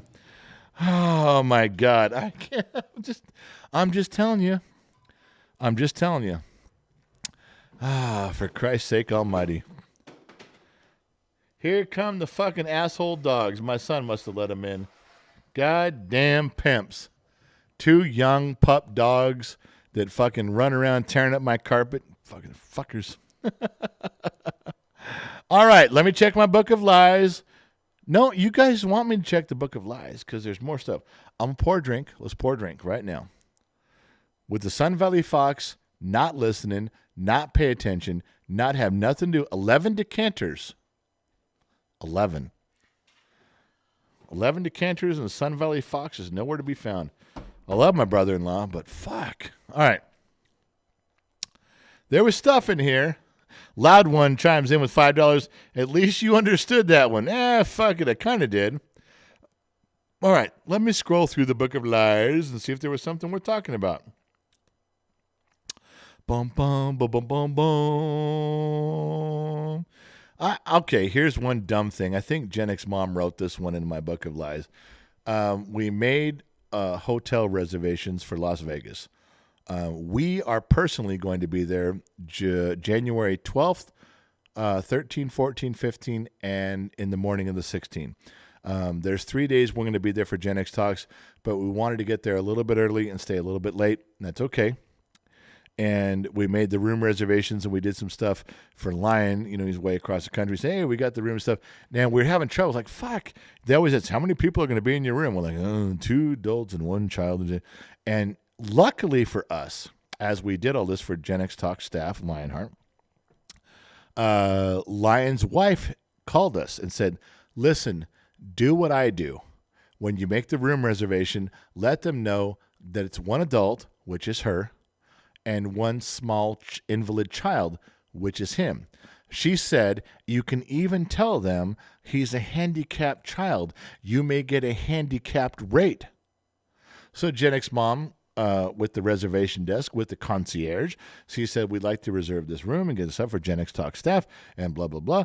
And we have 1 adult and 1 invalid, small, imbecile, handicapped child, which is Lionheart.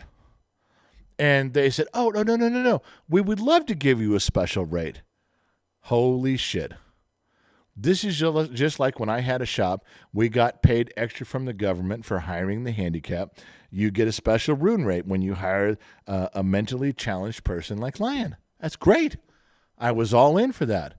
I tried to do the same thing with Low Torque and Trippy, but they already knew they were men of stature, and they wouldn't accept that explanation, but they were perfectly okay with understanding Lionheart was a fucked up individual who had brain trauma as a child and couldn't function as a normal human being.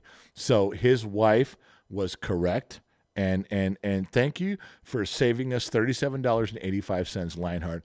My man, this drink's for you.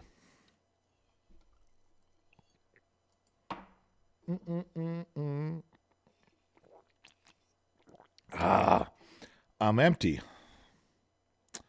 I'm out. There's nothing left. I'm going to ask you guys right now, should I end the live stream and say thank you, I love you guys, and I miss you? Or should I pour one more fucking drink? Wise and Oak, I already know what you're going to say. Fuck off. Wise and Oak. I'm looking right now. Yeah, $37 PG. We got $37 off our bill because Lionheart's a little bit of a handicapped tard. Drink. Smith W says 1 more. What else? Oh, wow. Kriegs Marine said go to bed. Kriegs Marine, look it up. You guys can scroll too. He said go to bed. He said go to bed. Wow. I guess I should. Kriegs Marine said go to bed with 2 exclamation points. I guess that's it. I guess we're done. Kriegs Marine has spoken. Brian Clellan for 1 more. Now do I go with Brian Clellan, who's a longtime avid supporter of the program, been part of Gen X Talks for a long time, or Kriegs Marine said to go to bed? Not sure what to do right here. Having trouble with this one. Elizabeth says, forward marching. I don't know. Kriegsmarine makes a compelling argument to just call it a night. Does he not? Go to bed. Now, clearly, Kriegsmarine knows me, knows the program, knows when I am at my limit. I don't know. Tough one. Sammy Boy says, one more, you pussy. I hate fucks, bitch slap me. I hate fucks. Whoosh, get your shit together, man. I don't know. I got to hear one more from Kriegsmarine. I gotta see if Kriegsmarine says, I've been watching a long time. Probably all night. Yeah, look at that. Kriegsmarine. I've been watching a long time. That's the big corned beef. I love your videos, man. Watch every chance I get. Keep doing what you're doing and drink one more. Slap yourself and get your shit together. The big corned beef says, slap yourself. Get your shit together, man. Let's go.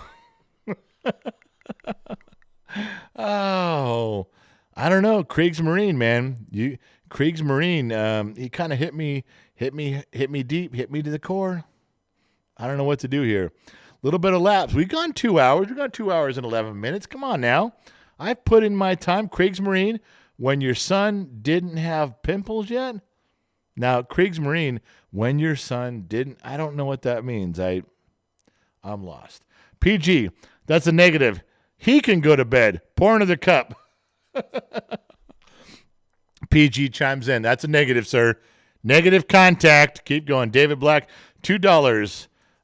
Just send the Marine to the woodshed, then one more. All right. If Kriegsmarine says one more, there he did. That's when I started watching. Oh, he started watching back when the kid had pimples. All right. I'll tell you what I'll do.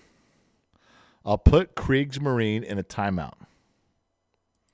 I'll send him to the woodshed. He's there. He's gone to the woodshed. Now, he can listen. He can watch. He just can't text. He can't comment. But once he's out, if he still feels that I should be done, Riker, calm down, man. Then we're good. We're done. All right. Oh, I know. You're right here. Come here. What? Here. I got shit for you, buddy. Here you go. All right, go on. Dogs. Still got 3. Brian Cleland for one more. We got that one. The big corned beef. $10 said thank you. All right. You guys have super chatted me into success. Come on. I missed that one. Darth Buzz Productions, $2. Orange Man. Is that Darth Buzz Productions, $2 Orange Man? Is that a Trump reference? Yeah, I'm not a Trump guy. You just wasted your $2. Darth Buzz Productions, Orange Man. I'm not a Trump guy. I'm a DeSantis guy. I mean, if Trump won the nomination, I'd probably vote for him because orange is better than blue. Let's face it. We all know that's true. But I'm a DeSantis guy. Man, am I a DeSantis guy. I can't even tell you. All right, let's go back to the Book of Lies. Let's see what other shenanigans we can get into. Let's keep it going a little bit longer. I will pour one more drink, ladies and gentlemen. God, if I end up in the Discord server tonight, if the moderators are putting up the Discord server, fucking A. I may go there. I may order some food through Uber. I may end up in the Discord server. Oh, Sammy Joe's like, private room, private room, private room. All right, let's see what we got here. We got the Book of Lies. Let's read it. Bum, bum, bum, bum, bum, bum. We talked about that. We talked about, oh, that's a shitty topic. We talked about chicken fried steak. Bum, bum, bum, bum, bum. Come on, there's got to be something here. All goes names. So, I got one that'd be fun right now. I got one that'd be super fun. I scroll through TikTok videos and Facebook, maybe more Facebook Reels night now than anything. Instagram Reels too. I have my own things. The alligator guy, Chris, the alligator guy, that fucking guy, I'm going to drive to Florida and I'm going to shake that guy's hand. If he will let me walk where the alligators are, if I have any celebrity prowess and that dude is watching, or you guys know Chris, the alligator guy from the Everglades show that he does, he works with all, I desperately want to stand there with that fucking guy, shake his hand, and I will stand in the pit of alligators. I will feed them chicken. I can't tell you how much that's on my fucking bucket list. I know he's never going to do it. I know he'd never let a guy, no, we can't start letting people in here. I just to be in the arena, just to have my feet on the sand, I will do it. That fucking guy, I have liked everything. I've sent them stars. That fucking guy, Chris, on with the alligators on Facebook Reels, fucking my hero. His job, the way he conducts himself. Do you guys see all the other crocodile videos, all the other alligator videos, and how they carry themselves with their alligators? They're all fucking buffoons, every fucking one of them. And how they do stuff. He's got respect. He's got admiration. He commands respect and admiration from his trained. They're not tame alligators. No. They'll fucking eat him. But he has put himself in a position where he's a badass motherfucker, and he's humble, and he's quiet and unassuming. Chris with the alligators, fuck, I watch every goddamn one of them I can, and I'll watch him 2 and 3 times. I love that guy. I am driving to him, and I'm going to say, do you know who I am? And he's going to say, I have no fucking clue to who you are, and I don't care. And then I'm going to say, please, let me watch you feed the alligator. Please, let me watch you feed them privately. I'm going to beg him. That fucking guy is one of the coolest cats. All the other fucking alligators shows that have come on after him are assholes. Watch how they conduct themselves. Watch how they treat their alligators. Fuck that. This guy's fucking cool. These guys are wandering nomads compared to him. And I'm going there. I'm going to show up on Mrs. Fort Watton's doorstep crying because he didn't let me participate, and she's going to have to console me because I'm going to Florida and working my way up. And here's Mrs. Fort, and she's going to have to hug me for an hour and give me some of her moonshine, her peach moonshine, which will fucking make me pass out in her front yard. But I'm going there, and that's the deal. He's fucking great. All right. Where the fuck was I? I had something to say. Oh, yes, it was in between the sheets. Let me go back between the sheets. Bum, bum, bum. I had something to say between. Oh, yeah, the guy. Okay, let me back up. So, where was I? Yes. I saw a comedian, but I have to drink. I saw a comedian, and it was fucking hilarious. And I will quote him and expand on him with some fucking cool shit. Brian Clellan for one more. All right, here we go. And he's talking about, this comedian guy, he's talking about women's lib, right? Women's liberation, the neo-Nazi fast, the women's movement where they're equal to men and they want shit. And he had a very unique take on this, and I was all in. He says, you go to a women's march, and they're standing there, and they're out on the street, and they're screaming, and they want equal rights with men. Now, at the outset of that, you're like, yeah, fucking who cares? You can have it. I have equal with men everything. You're equal to us. Go ahead. But when they scream at that, now I've seen those marches. I've been to a couple, and I've seen a ton of them on TV, as we all have. And they're out there, we should be able to be topless just like men. Men can walk around without their shirts. So should women.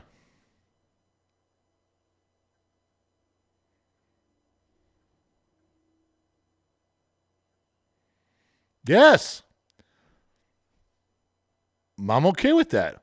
And all the women's at the rally take off their shirts. Yes. I'm good with that. We are equal with men. We should get equal pay so we can pay our own way. We don't need men saying shit taking care of us. Let's see if I get this right. You guys want to walk around topless and you want to make your own money so that you can pay for just as many dinners as we're paying for. Again, I'm okay with that. Now I'm a married man, and I will take off my wedding ring, and I will march in the streets with you girls so far. I'm in, baby. I'm in. Count this Gen X in. And then they say, we're tired of being judged by men. We're tired of being called whores. You men can sleep with as many women as you want, and nobody says a thing. In fact, it's a status symbol with you men. We want to be able to sleep with as many men as we want and not be judged.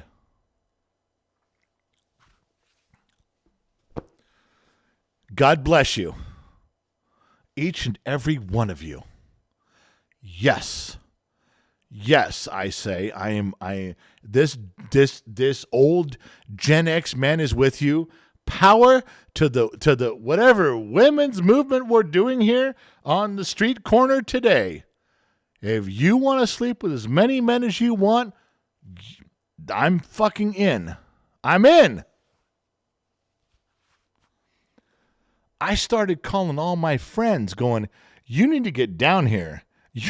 You need to support these poor women in their fight for equality. I didn't find one thing offensive about what they were saying. I got to tell you, and when I came home and I came through that front door and Gen X mom says, where the fuck have you been? I stood in front of her and said, I have been down protesting and standing up for women's rights. She looked at me and shook her head and said, you just down there trying to get laid. Nothing else. And I got to tell you, ladies and gentlemen, I looked at Gen X mom with hurtful eyes, with a tearful spirit. And I told her, you just don't understand us and our movement. I handed her my homemade sign, and I tromped upstairs and slammed the bedroom door. I don't think that she'll ever be on the same page as those struggling women working at strip clubs, working off of Craigslist, in the brothels of the night, just trying to put themselves through college, just trying to make something of their lives. And I stand here as God is my witness that there's anything I can do myself to promote those girls, to help them reach their goals. I'm in. You see, I'm not just a citizen of this marriage. I'm not just a citizen of this house. I'm a citizen of this country. And if that's where those girls want to protest and go, then I will march alongside them and their naked breasts every step of the way. And if that offends half of you in the room,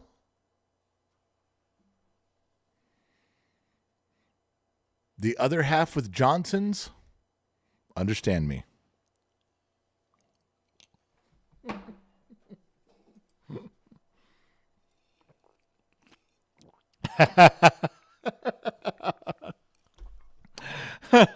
There's so many of you going, how the fuck did he do that without breaking character? With a straight face. Come on, I did good there. No, Elizabeth Rojas putting up the bullshit bell. Ashley Beth Carr putting up the bullshit bell. Come on now. That was fucking good. That was gold, you guys. Come on. No one is saying that should be a Gen X Talk slice. Oh, for God's sakes. Come on, that was fucking great. Look, the best part was I wrote that when I was sober, but I delivered it while I was drinking. Kenster, $10, best dad in history. Also, fuck Maricopa County. I know, I'm bad with that. I know. It's funny how the election results get fucked up in the places that matter. Nobody has election machine problems in South Dakota, do they? No, they're fine there. Oh my God. The women in here are fucking crucifying me. Brian Cleland, beautiful sir. Yes, it was eloquent, was it not, Brian? Are we not at least two of us on the same page? Brian, that message was for you, my fine feathered friend, and everybody else can just listen. Daniel Willems, $10. Where's over peaches from the millennial for the whiskey? Little lost on that one there. I'm sorry. I do apologize. Oh. All right, listen. Tori Randolph, Harem Girl, checking in. Thank God Tori got here at this point in the program. Tori's known me since she was 13 and I was probably 15.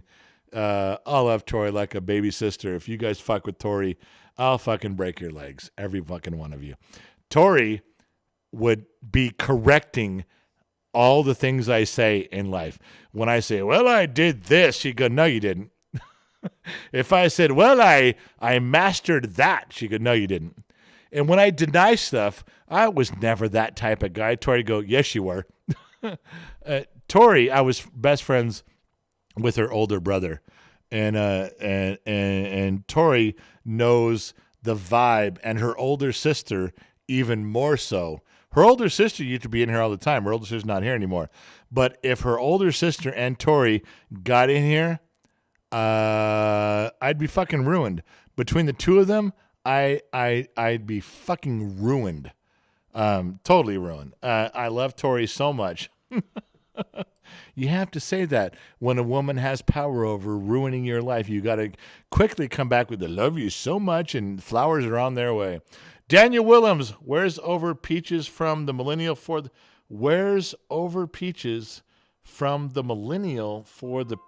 whiskey? My front doorbell just rang at 8:30. Hold on, everybody. This could be a situation. Stand by.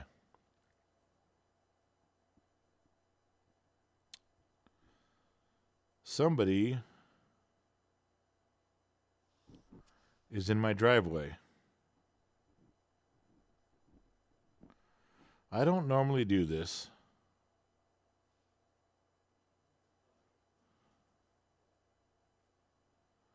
No, somebody came to my front door. My Ring doorbell just went off. It has a motion sensor on it. Hold on. I'm checking my phone, my security cameras.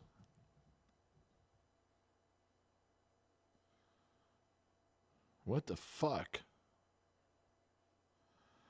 I don't know if you guys heard that or not, but my security doorbell just went off.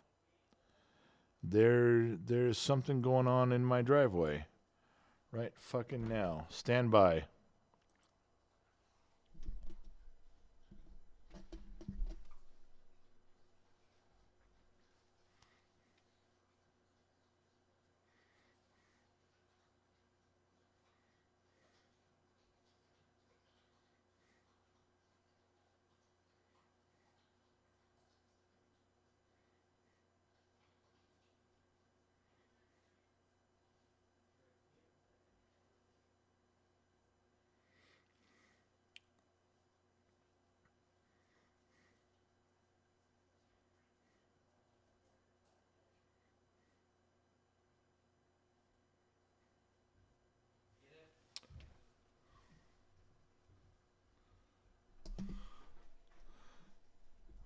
It's on mute.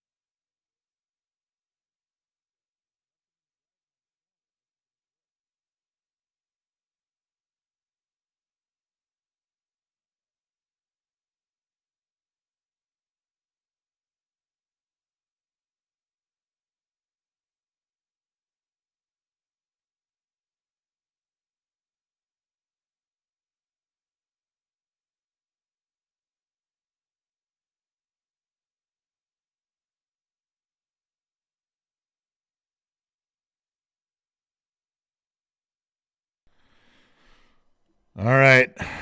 All right. Coming back.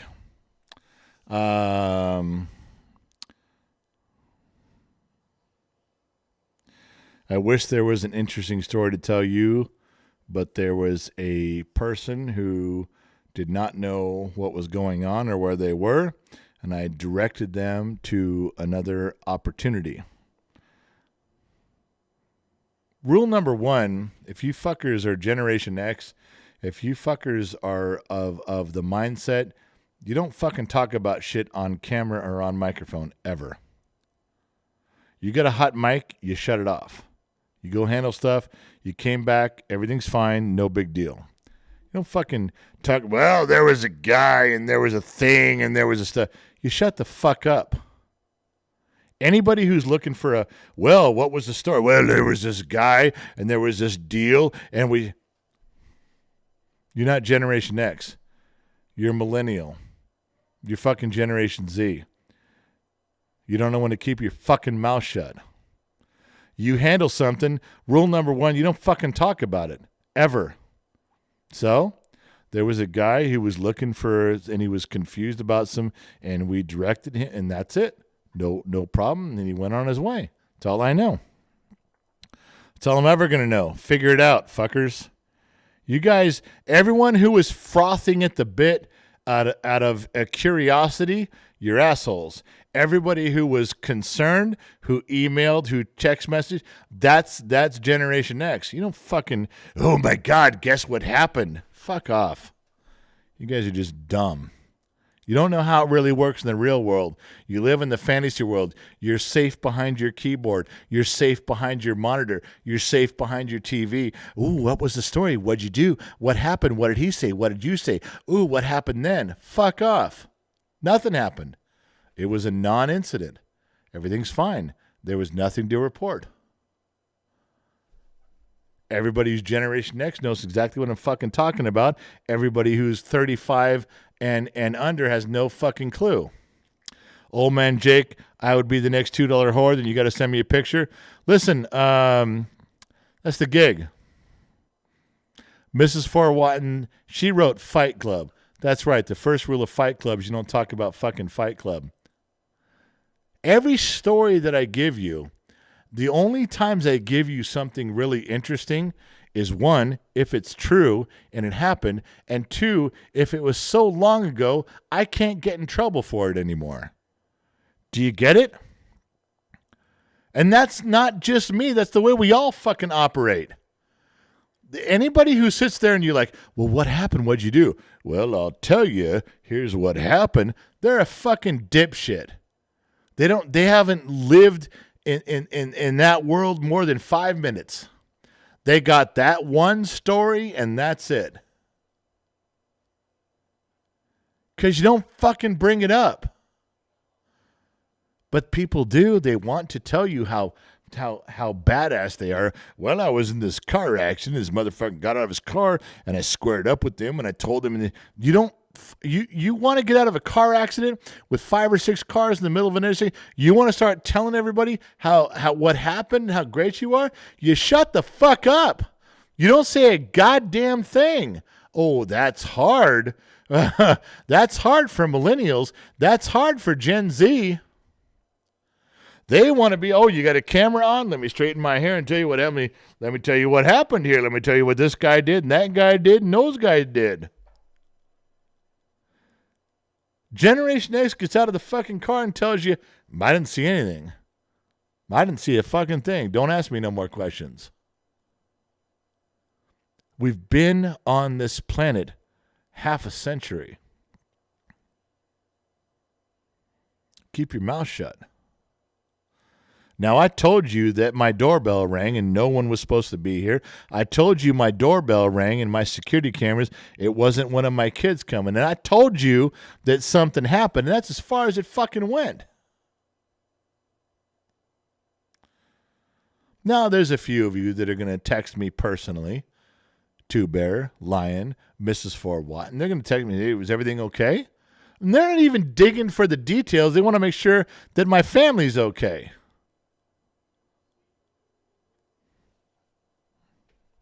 Telling you how it goes. You don't get it, you better fucking learn it. If you don't have this inbred into you by now, you're not going to fucking get it at all. Kenster, $10. Van Damme or Seagal? Which movie or your choice is favorite? My favorite Van Damme movie is Bloodsport, and Seagal is a fake, a fraud, a pussy, and not that I could kick his ass. Maybe I couldn't. Maybe I could. I don't know. I'd love to try.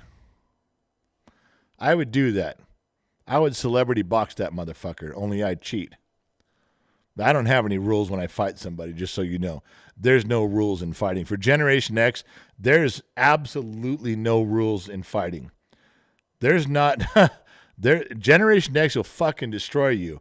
We will bite your ball sack off. We don't fucking care.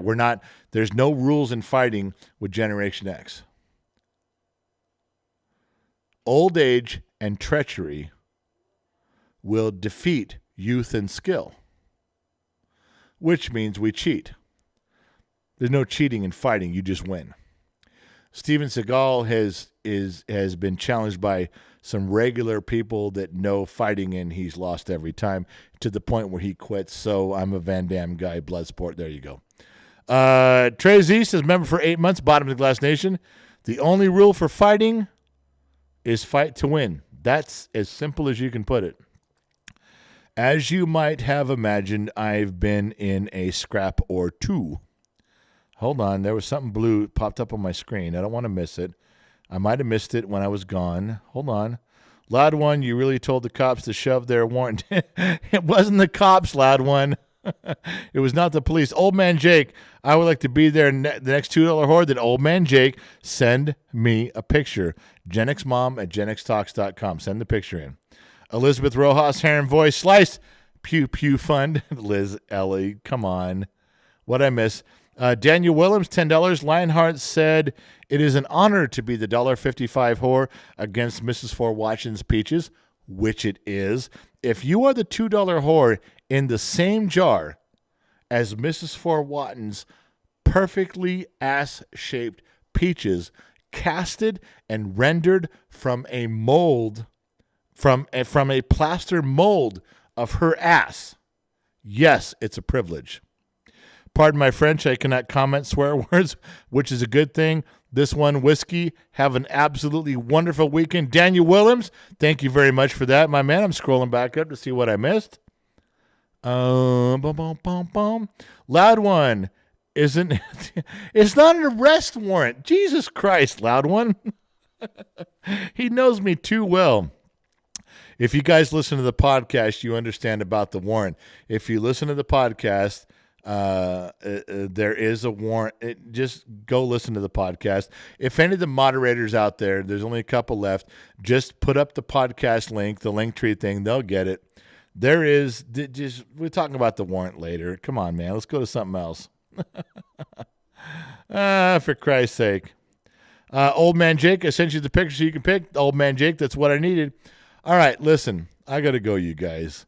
The front door thing, I got to go make some changes in the front yard. I'm still here. I'm okay. Everything's fine. I'm not going to jail. Everybody's good. You guys put up the podcast link. You can learn all about the warrant. If you guys want to learn about the warrant, go listen to the podcast link. And we'll move on. Here's what's going to happen now. I'm going to tell you guys goodbye. It's 2 hours and 40 minutes into the broadcast. That's a long time. I've been running my mouth the whole fucking time.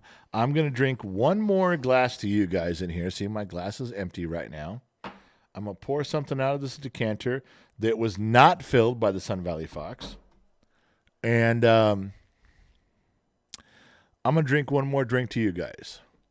To the bottom of Glass Nation. To all of you extras. Legion of X, you're all a bunch of jabronis. You're all a bunch of extras. With no E. Just the X for Generation X. Honorary or not, we're all in the same boat. We think the same way.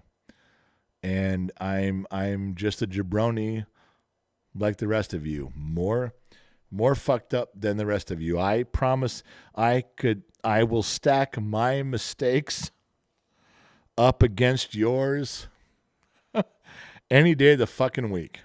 I will. But I'm going to say goodnight. I'm going to tell you the guys that I love you and I miss you guys, and I will. And then I'm going to go over to the Discord server and I'm going to order some food. And while it's on its way, I'm going to hang out in the Discord server, probably on camera, probably talking a little bit less, but just absorbing the moment. The Discord server is a chat room, just a bunch of chat rooms, and I'm going to go pick one, and I'm going to hang out. But this is the bottom of the Glass Nation. We are a bunch of jabronis, a bunch of extras. We are an island of misfit toys, every one of us. But somehow we fit together. Somehow we have a lot of common beliefs. And we disagree on shit. Who fucking cares? You're not going to agree 100% with me. I'm not going to agree 100% with you. Who fucking cares? Can we not share a drink? Can we not share a meal? Can we not be Americans together? Can we not be citizens of the world together? Why not? Why does our political divide make us hate each other? And that's what it is. Oh, that's what it is. Oh, I'm sorry. You like Trump? Fuck you. I'm never talking to you again. Fuck you. You're off my Christmas card list. Really? It's not the way it used to be. You guys talk about going back in time. Go back 50 years. Go back 40 years. Didn't used to be that way. Oh, we could have political differences, but we were all still Americans. We could have political differences, but we were all still citizens of the world. No, no, no, no, no. No, no, no. Not anymore. Now they have intentionally drawn the lines that you hate the opposition. If you watch Fox News, you're the fucking enemy. I like my time. I like my time better. I like a time when we had differences, but we were still on the same page. I feel that way. I act that way. I got people in my backyard. We have barbecues, and they're the most Marxist liberals I've ever met in my life. And if someone came in to harm them, I would stand in front of them going, "You're not going to harm my friend." But he's a Marxist liberal, an asshole. No. You're not going to harm my friend. Not at my barbecue. Not at my party. But I think I'm the only one that feels that way in the world anymore. I think I'm the only one that feels that way in California anymore. Opinions vary. But we all bleed red. Do we not? So this goes out to everyone in the country and everyone in Canada and Mexico. This goes out to everyone across the pond and across the Pacific. I love you guys. Till you give me a reason to not. I love you guys. I miss you guys. This means more to me hanging out with you guys in these live streams than it ever will to you. You think you guys are doing this for you? I'm selfish. I'm doing it for me. I love hanging out with you guys. Maybe someday our voices will be heard. But for right now, this drink is for you. Bottom of the Glass Nation. Every last son of a bitch who's part of it.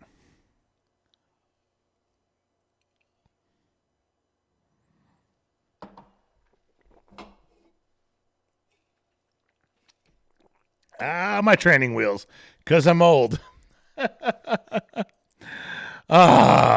Thank you guys for showing up. Thank you guys for hanging out. Thank you guys for being part of Gen X Talks and supporting the kid, his mother, Gen X mom, and the channel. You guys mean more to us than we will ever mean to you guys.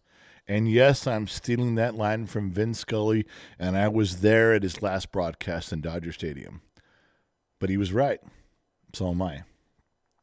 Wherever you're listening to us, wherever you're watching from around the world, AM, FM, internet, or on the Armed Service Radio Network, we thank you guys.